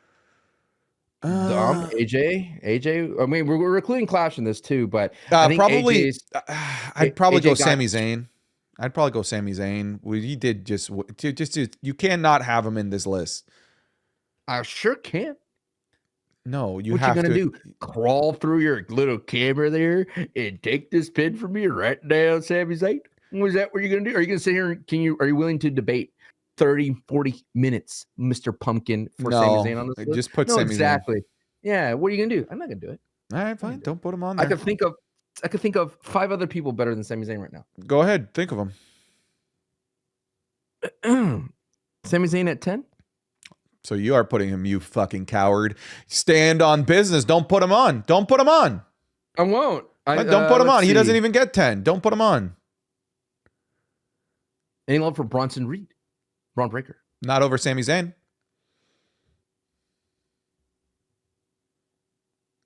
But please. Any love for LA Knight? Not over Sami Zayn. Not over Sami Zayn. But Sami Zayn isn't on the top 10, so. Hold on. Any love for the White Six, Uncle Howdy? I'll give Uncle Howdy. I'll go Wyatt 6. I'll give you a Wyatt 6. Wyatt 6 at 6? Sure, why not? Wyatt 6. How about Adam Pearce? Not over Sami Zayn. Rusev. Rusev and Sheamus. I like both of them. Okay. Rusev Day. I kind of enjoyed what the New Day did with that 6-man. I thought that was kind of fun. And that is. I'm just saying, I'm saying it's kind of fun. It's kind of fun. I love the funeral. They completely screwed them over. They hyped up the funeral and then they put the funeral on commercial break. What was that? I know. What was that all about? Idea. And also, who the hell asked for the War Raiders? What the fuck? That was so random. Absolutely nobody asked for that. It's anybody but Ray. It Penta. Seems that way. Like, and not a single soul asked for, I hope the War Raiders help Penta. What the hell? No. Hey, they're invited to the Carne Asada, dude. They helped out Penta. That's true. And they did the smooth operator dance with him. Yeah. Okay. Did you see Mega Ran? Mega Ran was on TV. I did. That was cool. That was cool. Very cool. Yeah, very cool. Very cool. Then he got yelled at by Xavier. Yeah. All right. 8, 9, and 10 are open up for grabsies. Stephanie Vaquer. She didn't even appear on TV. Io Sky. I guess Io, yeah. Dude, also that's another thing, like, that concerns me, that they don't even see Stephanie as valuable enough to be there on the Raw that she gets announced for a championship match to start building up with Io. Instead, they focus on the Degrassi storyline. I'm nervous about Stephanie, man. I'm nervous. No, you can't have Stephanie on this list. Okay. Io Sky? I guess. Like, okay, look inside your soul. Io Sky over Sami Zayn? No, not right now. Right? Let me look at my IG at sanchowest. Okay. Let's see. No love for AJ at all. No. For his 8-minute chant in Clash. You're just mad. They doused him out. I'm mad. I'm bitter. Right. You're vindictive. No love again for LA Knight. Any love for? Did I put Sheamus? I did put Sheamus on this list. No love for the Street Profits. No love for Roman. No love for Roman. Yeah, I'm just hearing. Done? I'm just hearing my dog making weird noises. Oh no! Is the White Six there? Maybe. There's a movie coming out about, like, did you see the trailer for Good Boy? Yeah, yes, the scary movie through the dog's point of view. That scares, dude. That. I'm not ready to see that. I'm gonna watch it though. No love for Roman here. For what? He just got murdered. No love for Paul. Paul Heyman putting over the shoes. I mean, you wrap this up. Yeah, I would have had Sami Zayn in here already, but yeah, but we still need to figure out the rest. No love for Drew and Randy. What do they do? I don't They even had remember. their moments, and then Randy RKO'd. Oh yeah, I'd have everybody, Randy. and I would have. Hurricane. Yeah, sure. Round it out. Drew and Randy, sure. All right, I'm not taking the heat for not including Sami Zayn. This is all Sancho. All right, here's your Ninu Heat order. Thank you so much for everyone for watching the show. At number 10, vacant. Number 9, red. Number 8, Drew McIntyre, 7, Sheamus and Rusev. Number 6, White. 6, number 5, Logan Paul. Number 4, Cena. Number 3, Punk and Rollins. Number 2, Becky Lynch. And 1, AJ Lee. And my dog is upset that Sami Zayn's not on the list, it appears. Your dog's also. My dog is going crazy too. They're all upset. Happening right now. They're all mad. They're all mad. Dude, if all the animals freak out at once, I'd be concerned. I agree. That's aliens about to enter our atmosphere for sure. That's right. This alien's about to do this to us. You know yeah, what I mean? just gape. Do the. You got some grips on there. Oh, God. All right. With that being said, folks, thank you so much for watching this episode of Sammy would have been off this list if we separated Punk, Rollins, Rusev, and Sheamus. That's sure. All right. Okay. Folks, thank you so much for watching this episode of the Wrestling is Cool podcast, coolest podcast on the planet. An extra special thank you goes out to our $15 patrons. They are, of course, our producers of the show. Not only do they get movie nights with us every month, but they also get their names read out here in the credits as producers. So big shout out. Look, come on, Santi. Now I see it. I see the gains starting to come in. Little meat mountain starting to form there. Shout out to it's the Santi Eats His Monitor show. First patron, I Crazy Dude says hi. 4 letters, 1 word. If? Is that what he said? Anyways. Breem Zuda, Alex Regal, Alex Waddle, Alfie the Chosen One, Alfie Walfie, American Nightmare, Cody Lander, Antonio Arjona, Antony, Ariel Pacheco, Arrogance, Ashley, Aussie Kingslayer, Austin Hoglin, Ayo Carr, Bailey Saunders, Beans, Ben, B Hostile, Bing Bong Wepa, Black Lesnar, Blenda, Blue Cord, Bluefish, Bobby, Brayton Primo, Brady Keaton, Brody Cyphers, Caleb Parker, Cameron Warren, Cameron Talks WWE, Carlos Gonzalez, CB, Chimchar Collectibles, Chris Butner, Lucas, Christian Anderson, Chucky Gonzalez, Clay, Colby Mayo, Cookies for Sale, Cool Whip Tim, Corey King, Dalton Dunbar, David Bansel, David Nelson,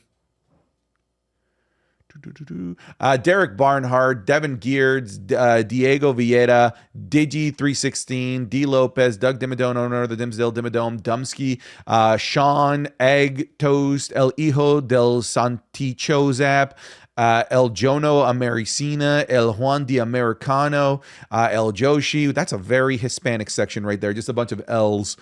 Eric Crosby, Eric Ruiz Romero, Aaron Thorne, Ethan Domingue, Isatch, but wait, there's more. Fishing with Papa J, 5 Knuckle RKO, Fletcher Walpole, FMFCMA, forget the hyphen between Sancho and West. Okay, Freezer, Fugnux, Gabriel Meza, Gamerscape, Garrett Coons, Garrett Woods, Giovanni Gonzalez, Gilbert Deans, Giovanni Cervantes, Governor, GXA Man, Hartfeld, Heath Robertson, Hey Mom, You're the Best from Kenny, Hey Shakes, Hoodie Cam, the Rick, that's James kind of bitch. sweet. You think Kenny's mom listens? I hope he does.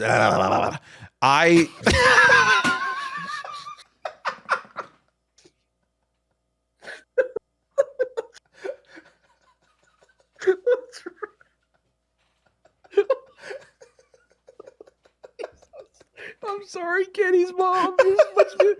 Kenny's mom has got it going on. She's all I want, and I waited for so long. Kenny, can't you see? Anyways. Hey Shakes, Hoodie Cam. We've traumatized Kenny. He's no longer going to be a $15 patron. I'm Rick James, bitch. I, Santi Zap, am the real cult leader. Ian McNugget. I'm Braun Strowman. Imposter Sancho. Issa says, I'm Deadpool without the mouth. It's Mista. It's Astro Kid. Ivan Martinez. Io versus Taylor Swift. Custody of Travis ladder match. Come on, load. I'll put Sancho in the thumbnail. J.E., Jack Gibley, Jack Harris, Jack Parker, Jackson Parrish, Jacob Fatu, Jacob Mueller, Jacob Pena, Jacob Staffel, Jake Chavoya, Jared Hernandez, Jared J, Jason De Dios, Jason Vane, Javier Rodriguez, Jay Henry, Jalen Steele, Javion McDuffie, J.C. Worley, Jelly Goose Lesnar Roll, Jelly Roll, Jelly Roll, Jelly Roll, Jelly Roll, Jelly Roll, Jeremiah Finley, Jeremiah Kelly, Jahihi, Joe Velez, Joey Romig, John Sugre, Johnny Moore, Johnny Owens, Jordan Lynch, Josby, Joshua Garak, Joshua Hoy, Juicy J, Juliana Sarfi, Justin Brooks, Justin Lapper, Justin Perkins, Caleb Martin, Kevin Bega, Kenyon P, Kuwaiti Rick Boogs, Kyrie Lawrence, LA Knights Nightlight, Leonardo Horson, Liam. Are you laughing at LA Knights Nightlamp? Yeah. Lil Shifu, Lachlan, Look, it's Pac-Man, Wepa, Luis Jimenez, Majed, Mark, Marnie YCSM, Matthew Dollar, Matthew Oberg, Matthew Watkins, Mossy, Mayhem Matthew, Mackay, Meredith Lee, Michael Purnell, Michael Paz, Michael Vera, Miguel Paredes, Mitchell X, Mohammed H. Ahmed, Mohammed Albanai, the homie, Nathan Tully, Nicholas Kyle, Nighthawk, Nina Ray, NyQuil Pad, Noah Booth, Obi Nobi, Oil Up Now, Santi, Oliver Hammonds, Oscar Ruiz, Pat R, Pat Mick Mark, Prince Vegeta, Proceed with Caution, Puppet Spanker Johnson, Reaper God, Rick Mar 1R, Ricky Dutcher, Robert Rogers, Royce Ruffo, Ruben Sanchez, Ryan Spradley, Riley, Sadie Brink, Salguero, Sam Brown, Sam Dukes. Sancho doesn't get a safe space. Sancho's #1 fan. Santi is Mr. Iguana. Santi lives in Canada. Santi oil up for Cena retirement man. Santiizer always cleans Sancho's bad ideas. Santi custom games. Santi should talk AEW. Santi's tribal chief Gibby Fresh. Sauce God. Saudi Rick Boog. Savage Field. Semba. Shaggy WWE, Shane, Shitstain Nakamura, Sip God, Sir Alberton, Slime Manny, Slow Toke Rodriguez, Stephanie Vaquay lookalike contest in my bedroom, Stephen Corby, Super Malachi Galaxy, Suplex City, Taman Bryant, the Pickle Jar and Santi's Bud, the Vanilla Jorilla, the Visionary, the LA Knight Mega Glazer, Jacob Kufis, the Final Boss Bloodline Rules, Theo Perdios, the Wepa Warrior Bing Bong, Timmy C, Toasty, Tobias Burnett, Tom Lehman, Tom Sarati, Trent Head, Trevor Harder, Two Slapped Cupid, Tycho, Tyler Logan, Vegan Penguin, Venom, Verzo, Voidsy, Juan Pablo III, White Mexican, William Newton, Zax Mira, Deadshot, Yo Girls Side, You Stupid, My Hot Husband, Zach Griffin, Zay2K needs to Santi to oil up, Z Glove, Zerzito, and Lord BBNJ. Thank you all very much for supporting the Wrestling is Cool podcast the way that you do. Thank you guys for listening to this episode. We'll see you guys in the next one. Take care and be wonderful people.